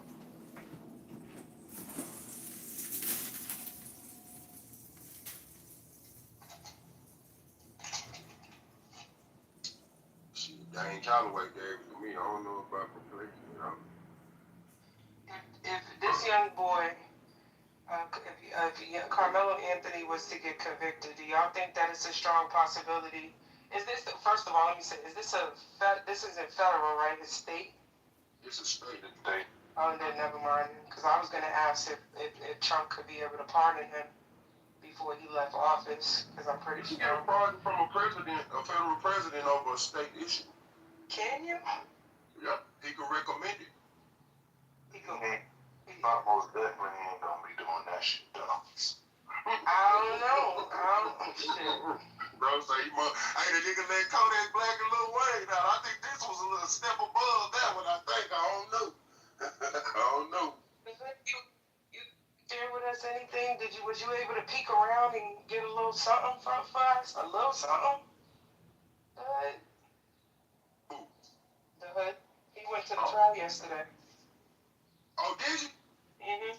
I went to the first day. So right now they're just doing jury selection. So when I went there yesterday, they had about 600 potential jurors, and they getting ready to trim the fat on that. So about time tonight, around 5 p.m., they're gonna have who they want as some jurors, and then the leftovers starting tomorrow. Whatever's left over of that, then that's going to be the jury. So I'm going to try to go up there tomorrow, Wednesday, to see who the jurors is and who they're going to be. You ever record? No. So because this is a high-profile case, there is no electronics to be permitted into the trial. None whatsoever. Oh, where you can hide it. That's cool. Yeah, so Judge John Roach, man, like I said, I've been employing everybody to look that gentleman up. This man is a veteran. He come from a family of veterans, and they go by the book. Yesterday, in his introduction to himself and to the potential jurors, he says, and I quote, he says, following the law does not depend. You cannot just not follow the law. He said you cannot not follow the law. If that makes any sense. He said, he says the law doesn't depend.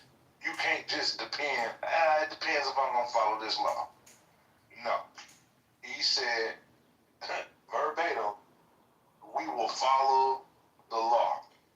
You cannot break the law.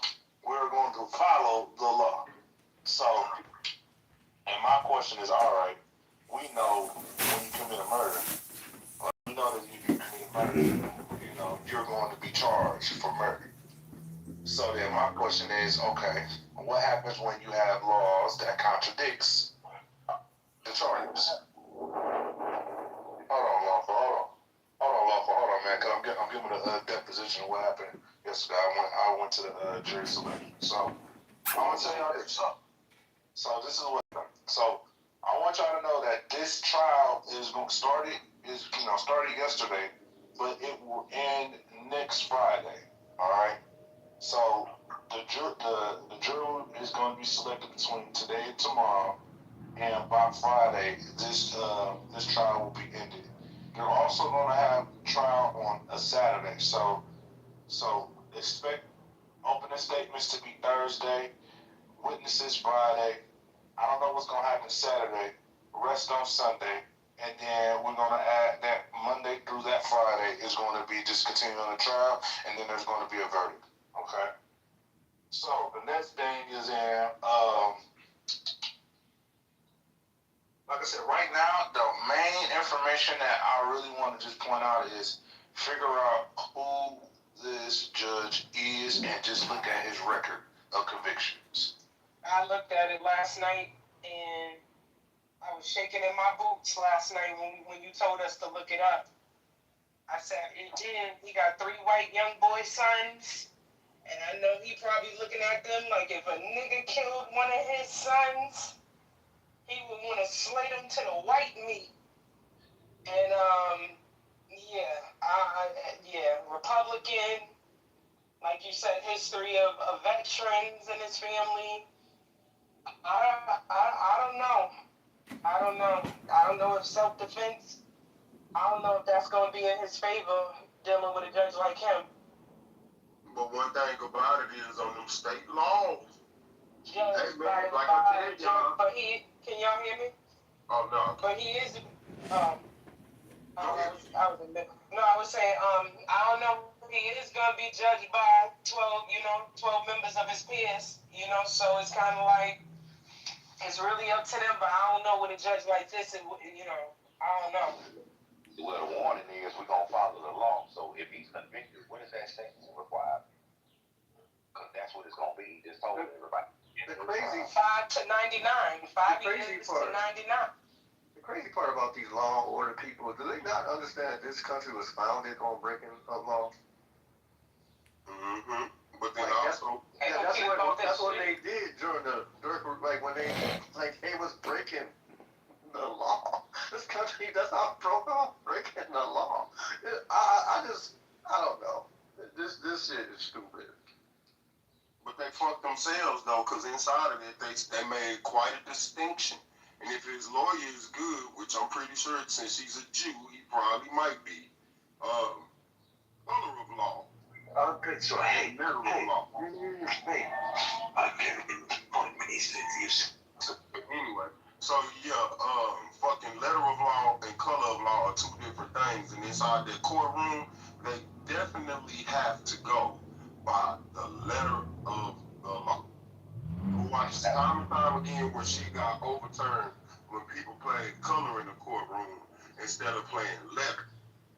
Now, by the letter of the law, in Texas, if what he explained is fucking true to the tip, he can come out of it. Probation, no probation. There's a couple people I done shot and I went home. One of them died. I still went home. Never saw a day in jail on that one. On the one where I shot the homie, I got 5 days in jail. That was it. Do you understand? In Texas? Yes, sir, in Texas. I'm from Fort Worth, Texas, Southside, Morningside District. Okay. 35 Morningside, yes, sir. So we do Collin County, right? Yeah, man, McKinney a motherfucker. That's connected to Denton. Denton, they manufacture in Collin County. And McKinney is their rich white suburb. And I was explaining at the tsunami this morning. We got a rail line that was supposed to be extended out there a year and 2 months ago, but they keep delaying over trying to get that overturned because their mayor, straight out his mouth, said, we don't want inner city people in our area. Who do you think they're talking about? I ain't gonna lie, y'all Fort Worth niggas is wild though. I ain't gonna hold you. Hey, hold on, man. You're not gonna do us like that.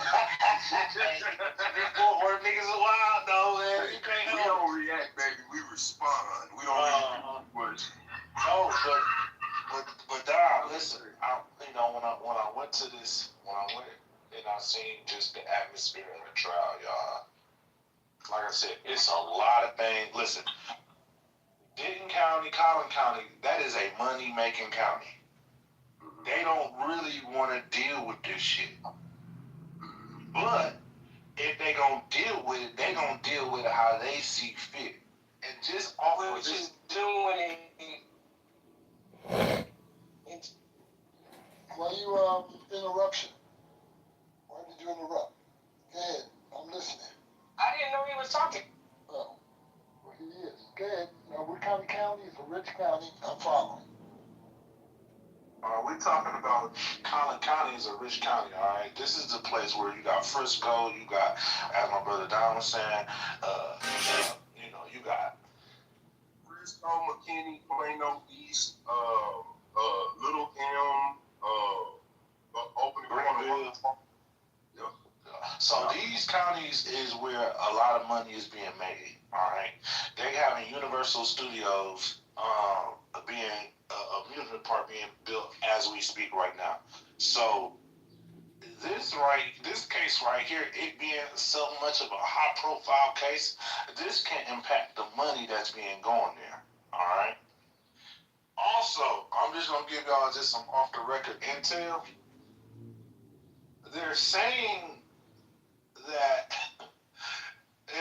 so this is what I'm gonna just say. So I was sitting next to a brother that has a child that goes to one of those school districts, all right? So in this a school district, he telling me the laws or how these activities go, how the track and field, how they just function, all right? He's telling me that, during that day, the day Carmelo allegedly stabbed Austin Metcalf, the day it was raining. He said it was raining that day, all right? So he said during that day when I was picking up my daughter, just how the atmosphere was, it was just like, it was just a hunky-dory, it was cool, but it was raining. So if it was raining, you got your equipment that could have been damaged, you had a bit of your equipment that could have been blown away by the wind because the weather implementation caused the delays of the track and field, right? So the brother tells me, he said, listen, that day when I dropped my daughter off, it was around like 11 or 1, and the weather it would down rain, it'll get windy, and then it'll stop. Then he said some of those tents that were up, because every school does indeed have a tent. Every school does have a place where the athletes can go. But because it was a social event, because it was individuals that were interacting with one another, and it was a delayed game, everybody was socializing with one another, right? So he said during that event, the only school that didn't have their tent down was the tent where Carmelo and Mr. Metcalf were engaged at. All right.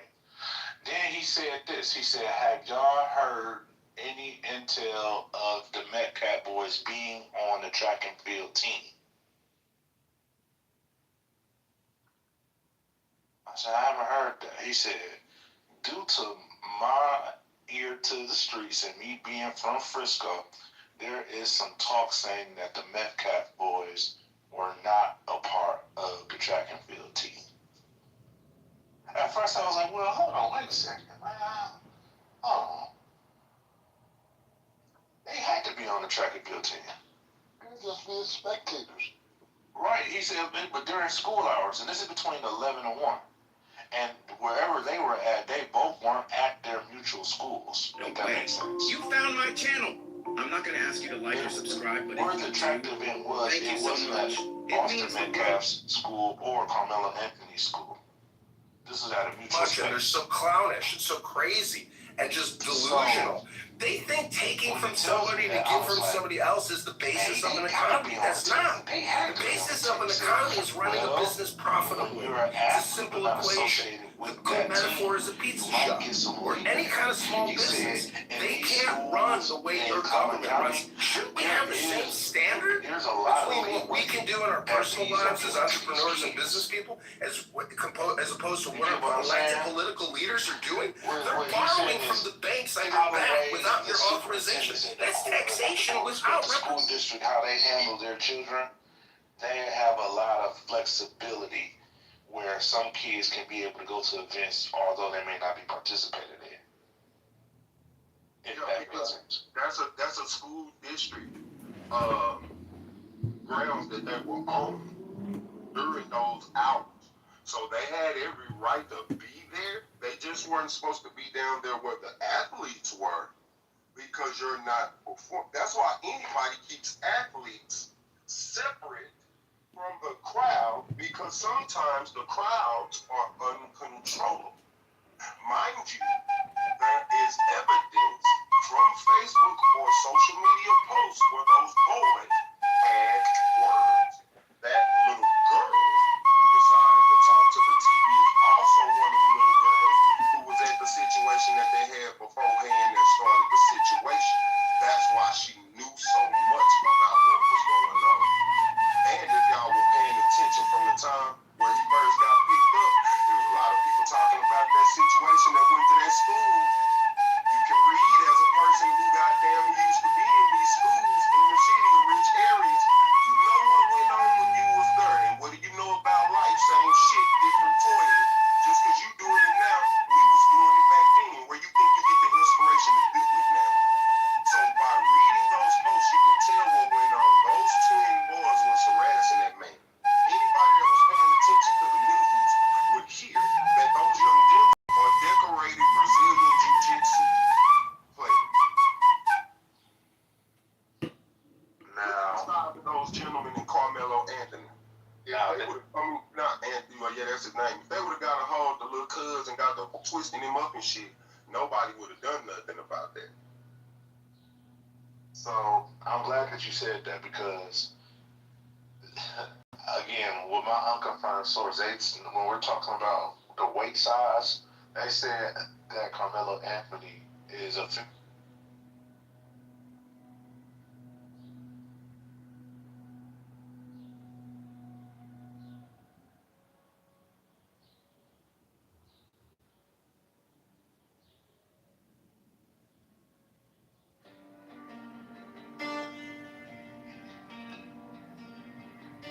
Now ye shall know that the chosen Megatron. Galaxy of infinite space. To my nigga YouTube, man, like to describe what's on. And in his woman called the Scarlet Woman is all power given. They shall gather my children into their fold.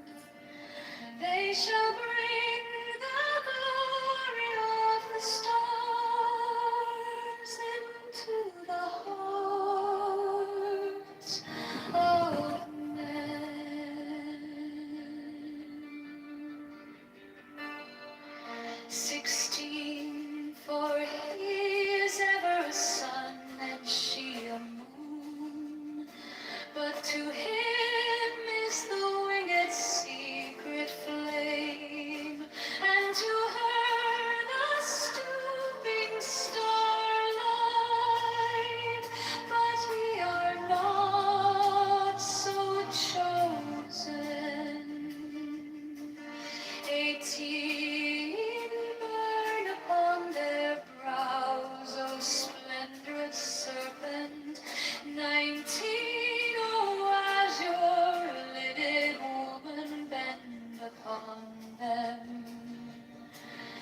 20. The key of the rituals is in the secret word which I have given unto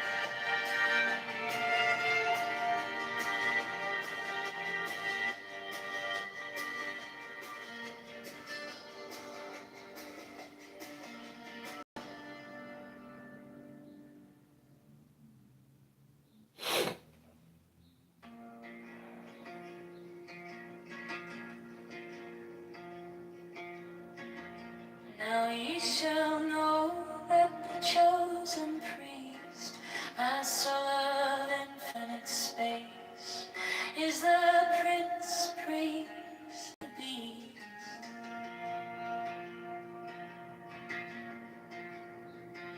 And in his woman, called the Scarlet Woman, is all power given. They shall gather my children into their fold. They shall bring the glory of the stars into the hearts of men.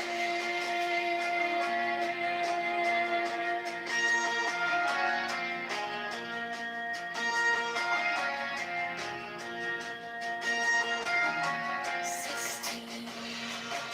For he is ever a sun, and she a moon.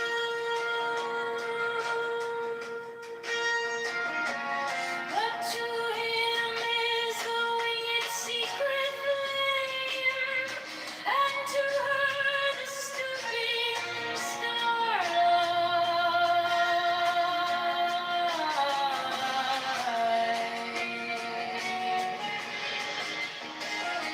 17.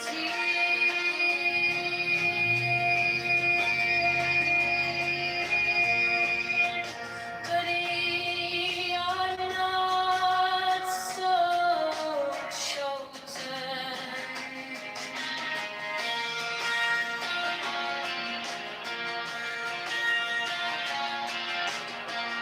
18. Burn upon their brows, O splendrous serpent.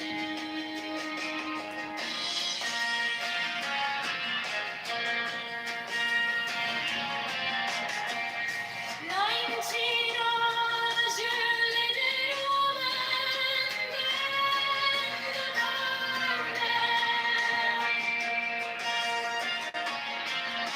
20.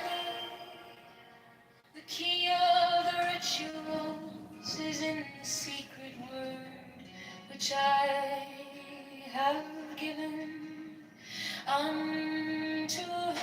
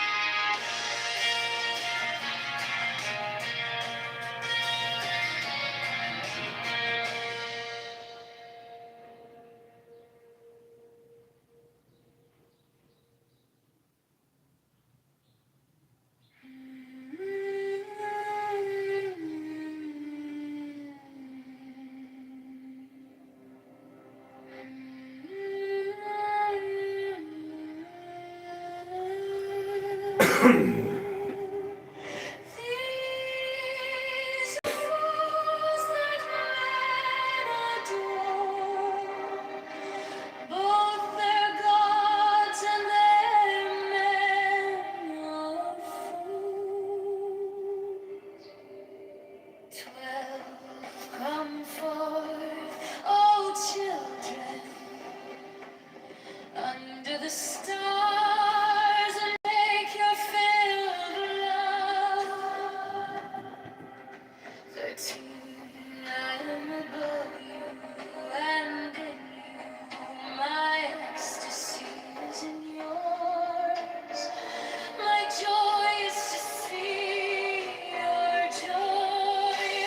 For to love the children's yours, the naked splendor of the wit. She bends in ecstasy to kiss the secret orders of our deep glow. I think it's because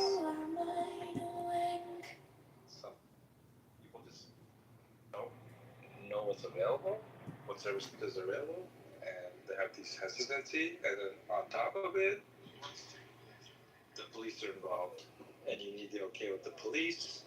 And I've even heard people say, if I have to go get approval from the police, no thank you. So I've heard things like that too. So I'm just glad that today, like,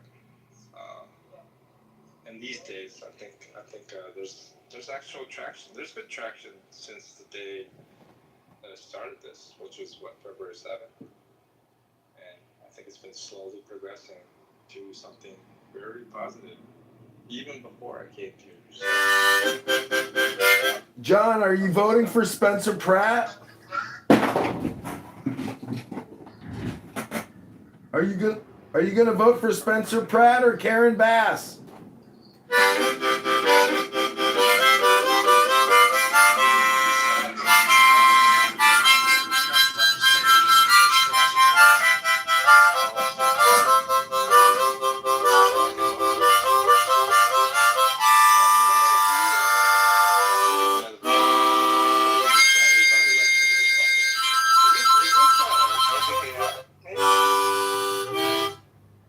Hi, John. I was asking you if you're going to vote for Spencer Pratt or Karen Bass, the communist, the Cuba-trained intelligence agent.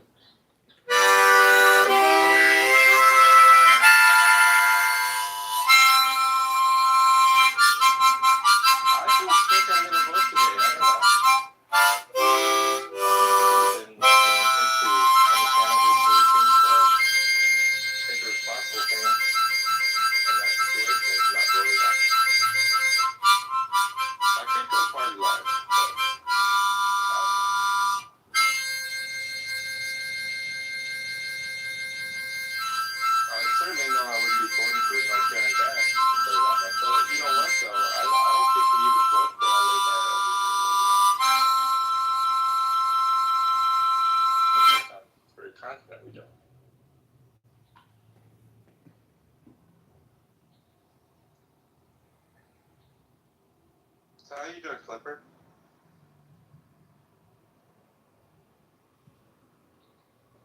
Yeah, I'm doing fantastic. Yeah. I saw Tucker today, and Tucker was there when the cop came by and he was talking to us, and it was the case that Tucker wants to come to a shelter, but he has no city ties, right? And I remember the guy coming in now, he goes, Tucker's been homeless longer than I have in this town. And the thing is, like, this guy, he's taking a shower right now, so that's cool. But the thing about the situation here is, listen, I don't hate Tucker, but I'm not going to vouch for him, right? And the last thing, I know he was at another shelter called Yale, and he got kicked out, and I don't even know what reason for. I can guess, but I don't really care. But from what I know, I'm not going to put my name out there. Bro, not gonna put, like the cop right now. He made a call on his own to get him in here. And so he's literally already in the compounds right now. He's in the shower right now. And they're going to give him a bed in a few minutes. So your guys are moving in with you? The what? Your guys are moving in with you? Yeah. As of today, as of right now, he is literally in the compound, about to be fully checked in. And then as soon as he checks in, he has some government things to deal with, and I'm going to give him a ride for that. He was about to do that, and just so happened the cop happened to show up. And so the timing is right for everything to happen in the way that it did. Amen. That's it. About your case, do you? No, he's just an officer. He's not a district attorney. He's not anything like that, So there's no need for me to talk to him about anything like John, can I quickly ask you a question? When was the last time you read the Bible, John? that. I read the Bible? Dude, I read all the time. Why would you even ask a question like that? Oh, because I love the Bible, so I just wanted to ask you if you read the Bible recently. Why would you do that? Also sometimes, I access the Bible through memorization. So I just have certain memory verses. There's tons of them. And there's certain focuses that I have. And I just recite it. You know Numbers 31? Would you say Matthew 1? Is that what you said? Numbers. Numbers? Yeah. 31. Numbers 31. Mm-hmm. No, I don't.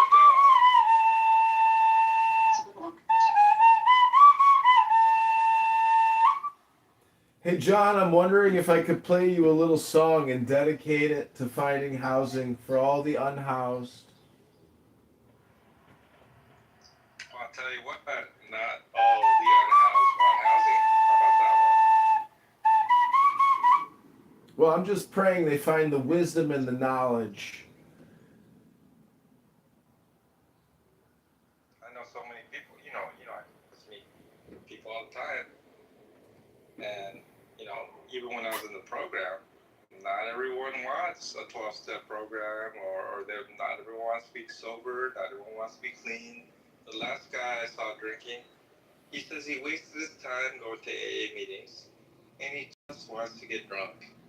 And listen, I'm not here to tell people what they need to want, right?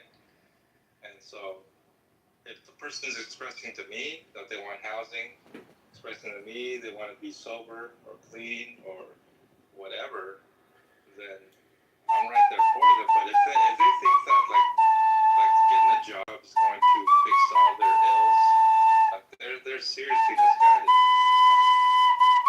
I've seen guys like that, and if they do get a job, they're just going to go right back to, let's say, drinking. They're going to lose their job because they're on a bender, and they're right back where they started from, at a job.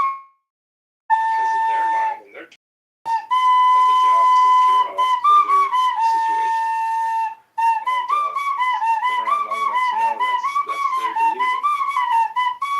Unless they find out that the issue is things that they need to work on, as far as their triggers, their coping mechanism, skills, and so forth and so on, then once they deal with that, then they can take care of the families, they can take care of employment, they can have sustainable employment, housing, whatever, right? But not everyone understands that because a lot of times it has to do with they're just not informed on the facts, not educated. And sometimes they're told the facts, but they don't want to believe the facts. Sometimes they know the facts, and they don't care anyway. It's a church-run shelter. A church-run shelter? There's one up the street, Clipper. It's called the Orange County Rescue Mission. Very strict. It's a 2-year program. I personally would not want to go there. Number one, they take away your phones, and I think you can't go out for a whole month or something like that. Some people who are not that religious, the criticism is that they're a cult, so forth and so on. But you know the staff here, Clipper? Most of the staff actually come from that place. So. What is the secular-run shelter? The one I'm in is a secular-run shelter, but it is. They have Bible study in here on Wednesdays nights, I think. All the people that are staff are very religious. That actually, and they are actually from the mission up the street. So they're funded by state and federal grant? I'm not sure. From my understanding, is that the Orange County Mission handles the donations and financing for this facility. There's also the food comes in there, also a lot of other things, clothes. The staff are like salaried, right? Or they're volunteers? I'm pretty sure they're paid staff because just some of the people that I've met, they actually went through the mission as guests or clients or whatever, and that they have come out of there and they want to work in the field, and so they're paid. I'm sure they're paid to be here. I'd be very surprised if they're volunteers. And a lot of them, two or three people I've seen so far, they were in a situation of homelessness as well. And so that's what they're doing now. They're working as staff here in a facility for the homeless. So that's good news to me. John, I just want to alert you to the chat. People are accusing me of being John Kitover as well as live streaming this room on YouTube. And I just want to let you know, I put the link in the chat. What do you mean people? That's like saying, people are accusing me of being John Lee. Well, I am John Lee, and you are Kitover, right? AKA Music AI, AKA all these other things, right?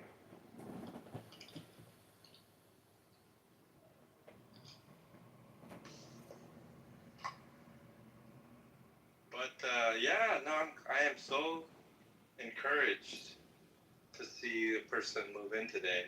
And I know there's still some beds available, and I could think of a few people that would be appropriate for this. And you know what, I hate to say, the vast majority of people that agree, this place would not be a good fit for them.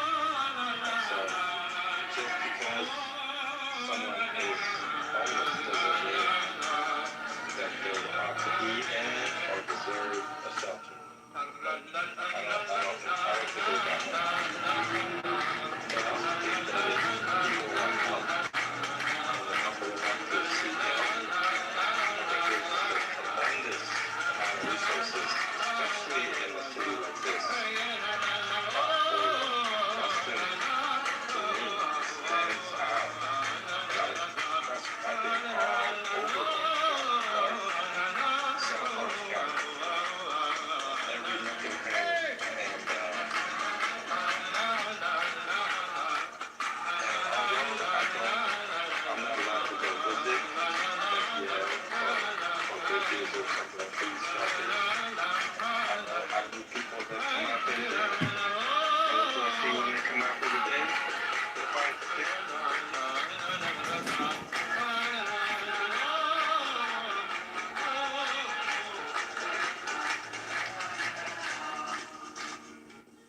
רבינו נחמן מברסלב,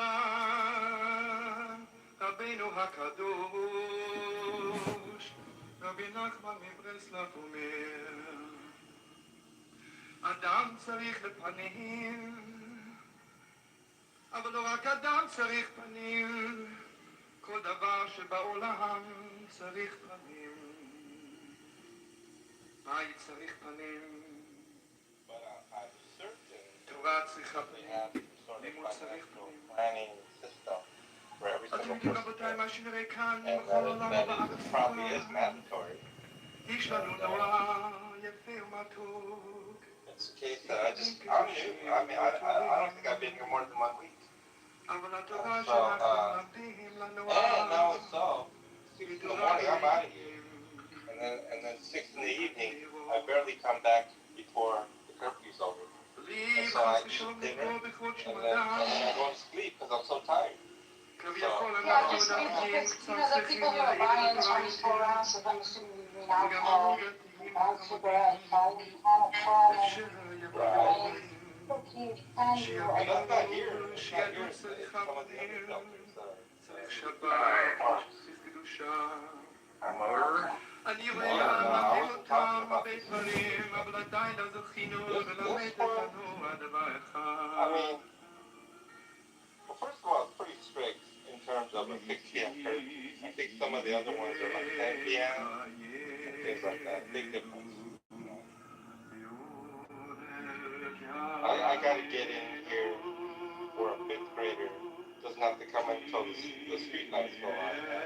So, the sun goes down here close to 8 p.m. now.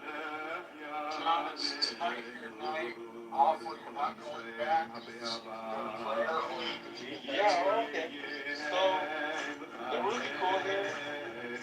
They didn't let me go last, but they told me that I can go to per night and still not use up my 1 night off.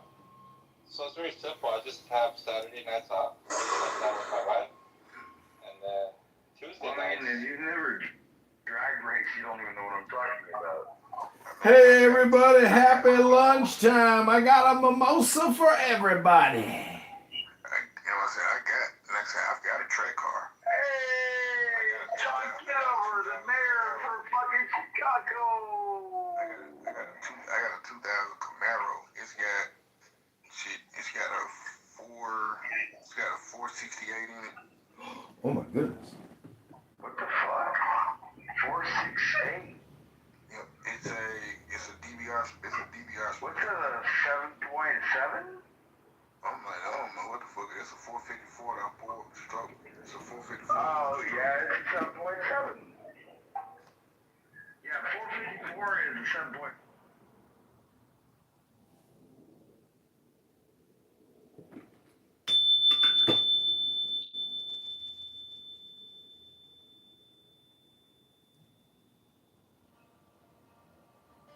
Now ye shall know that the chosen priest, that excellent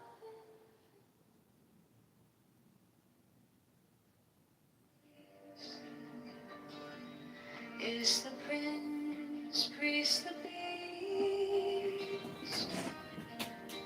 and in his woman called the Scarlet Woman is all power given. They shall gather my children into their fold. They shall bring the glory of the stars into the hearts of men.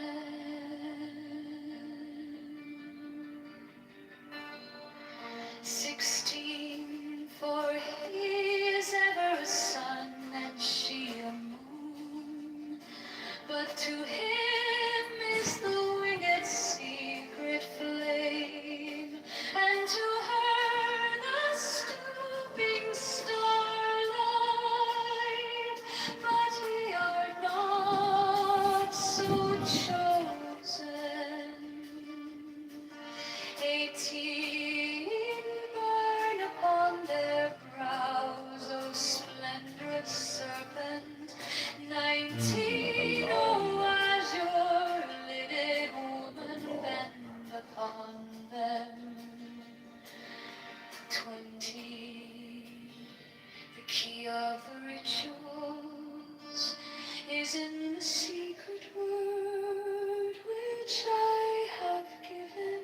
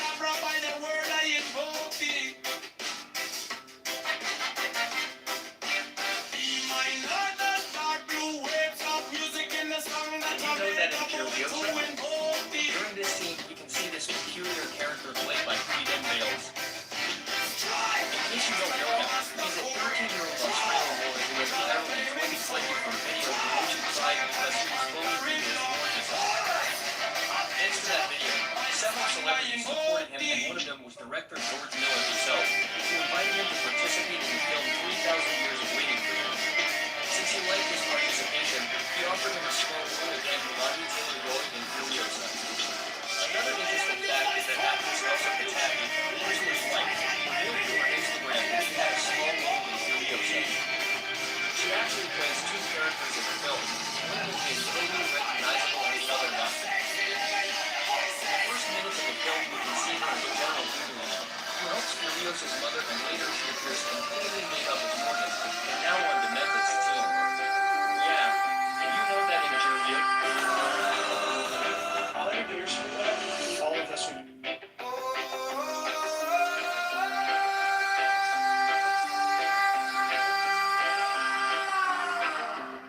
100 years from now.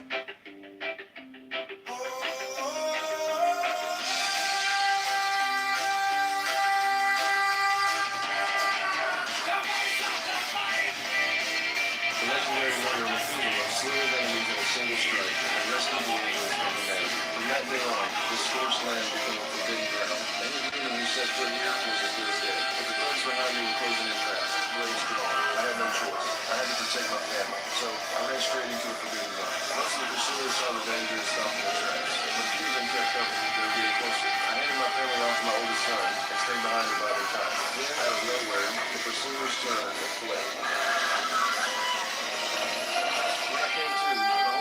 Locked inside a mining pit. We were surrounded by watchers beings who despised humans. They were once angels of the Garden of Eden. They had defined the Creator's will and descended to earth, all to help humanity's survival in the barren land. Even after rocks and dirt because of burning lights kept them, even after their bodies became unrecognizable, they still shared every bit of their knowledge with humans to help us build civilization. But humanity repaid them in betrayal and tried to wipe them out. The hardcore warrior named Methuselah, stepping up at the last moment, none of them would survive. They started with pure hatred. I told them I was a descendant of Methuselah. The Creator had spoken to me in a dream and guided me here to seek my grandfather's heart. The watchers couldn't tell if I was alive. It drew some of the fear and left us to die. But that night, one watcher who still had faith in humanity snuck us out. For ages they had been begging the Creator for forgiveness, hoping to return to heaven. But there was never any answer. Yet somehow, I had heard the Creator's call. The watchers believed this might be their one and only chance at redemption. So that watcher led us across the scorched land to the mountain I had seen in my dream. I set up camp and asked the watcher to watch over my family. Then I took my oldest son and headed up the mountain to find my grandfather in his cave. We hadn't even gotten close before Methuselah recognized me. He seemed to already know why we were there. He cast a spell and put Shem to sleep, because what we were about to discuss wasn't meant for a child's ears. Methuselah's father had warned him long ago.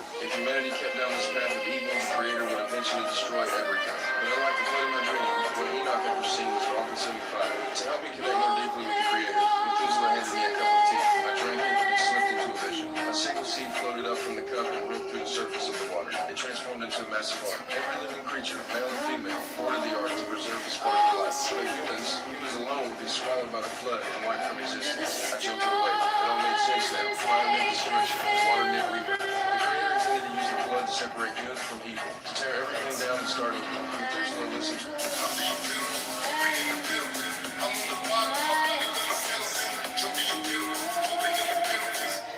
My joy is to see your joy. For to know the child is yours, the naked splendor of the night. She begs to see, to kiss the secret heavens of the winged globe, the starry blue. Like we're printing money.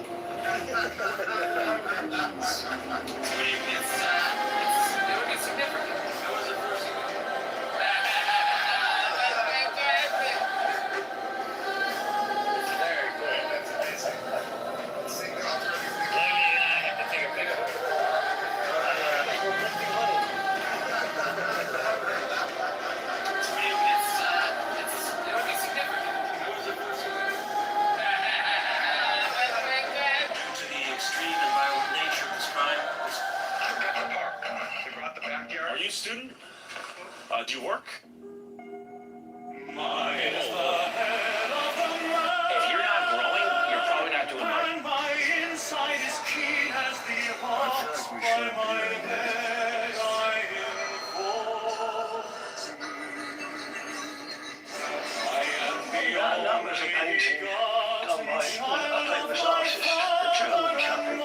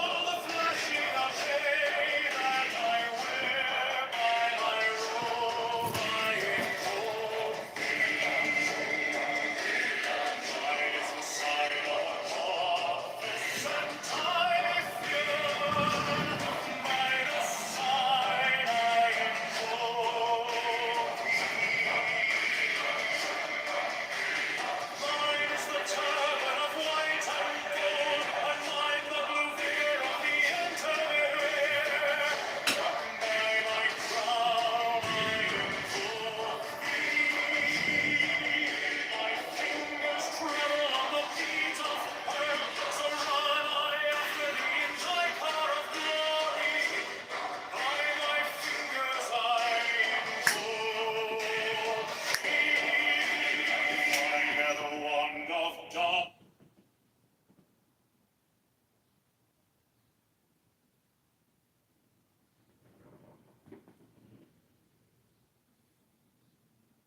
Nice.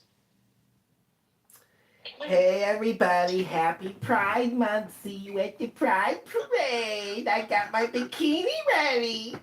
Yay! Yay! Where the bikini, John? I got coconut butter oil for your buttholes. Ooh, in and out. Quick and easy. Where the bikini, John? Where? Come for everybody. In Chicago. Did somebody say coconut oil on my butthole? Coconut oil on your butthole. That sounds amazing. All Where do I organic and spend that? natural. That sounds amazing, yeah. I need to get some raw coconut oil. I once met this girl from Colombia. She wanted her butthole vibrated for an hour. Wow, and did you do it? She fell asleep with a vibrator on her butthole. Oh, that's a Daggy! I know her! I know that story. Remember when she fell asleep with the vibrator? Happy Pride Month! That was funny, I forgot about that. Yasmin, watch this post I just pinned. Okay, one sec, I just have to clean up my... It's called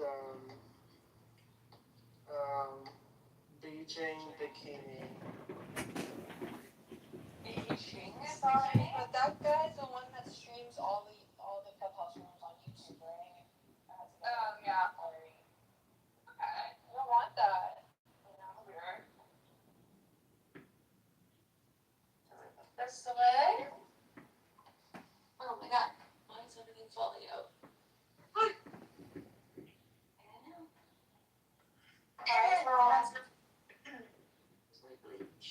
Where are the witches? And the big. I had to block them. The witches went crazy on me. I blocked them, then they were following me on TikTok. Oh my god. Actual witches? Oh. With a frog's eye and a bastard. Oh my gosh, are you a voice actor? I probably should. You should be. Yeah. I should introduce you to my agent.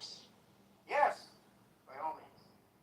I can speak with a transatlantic accent, just like in the 1950s. Remember, this is brought to you by the Moral Cigarettes. Oh. Ron's great at that, yep. Mm-hmm. It's one of my hobbies. He's also a talented musician and other things. Very cool. Very cool. Yeah, that's why I'm into voices, because I like sounds. I get that. I'm obsessed with Music, sounds. music, sounds. Yeah. Music is Instruments. Sensitive, very sensitive to sound. very. Like I can feel it. Sometimes if I take an example, the hair on my arms, if I listen, my body actually has a physical reaction to it. It's interesting. Listen to what? You were cutting out when you To said music. Oh, to mute? Yeah. Yeah. Yes, because I just have to listen to it and it makes my body, like I can feel it on my body. Yeah, Cool. yeah.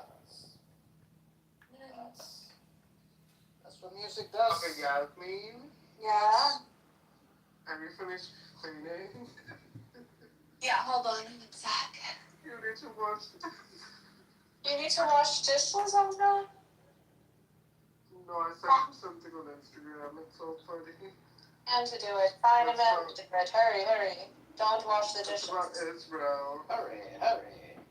Find a man. It's 2026.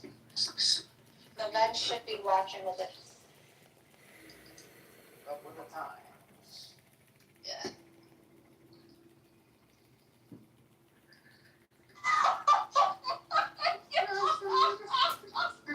Yes, I'm driving. Okay, hold on. I have to send that to every group chat. 1 second. I've been watching Repeat or Repeat.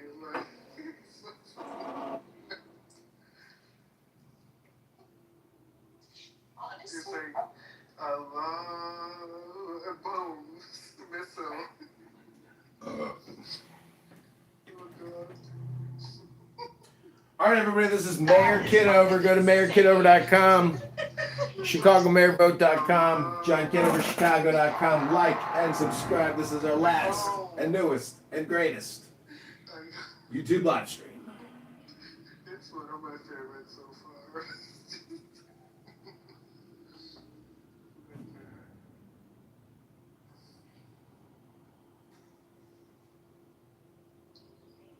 Cindy, are you going to your workout class?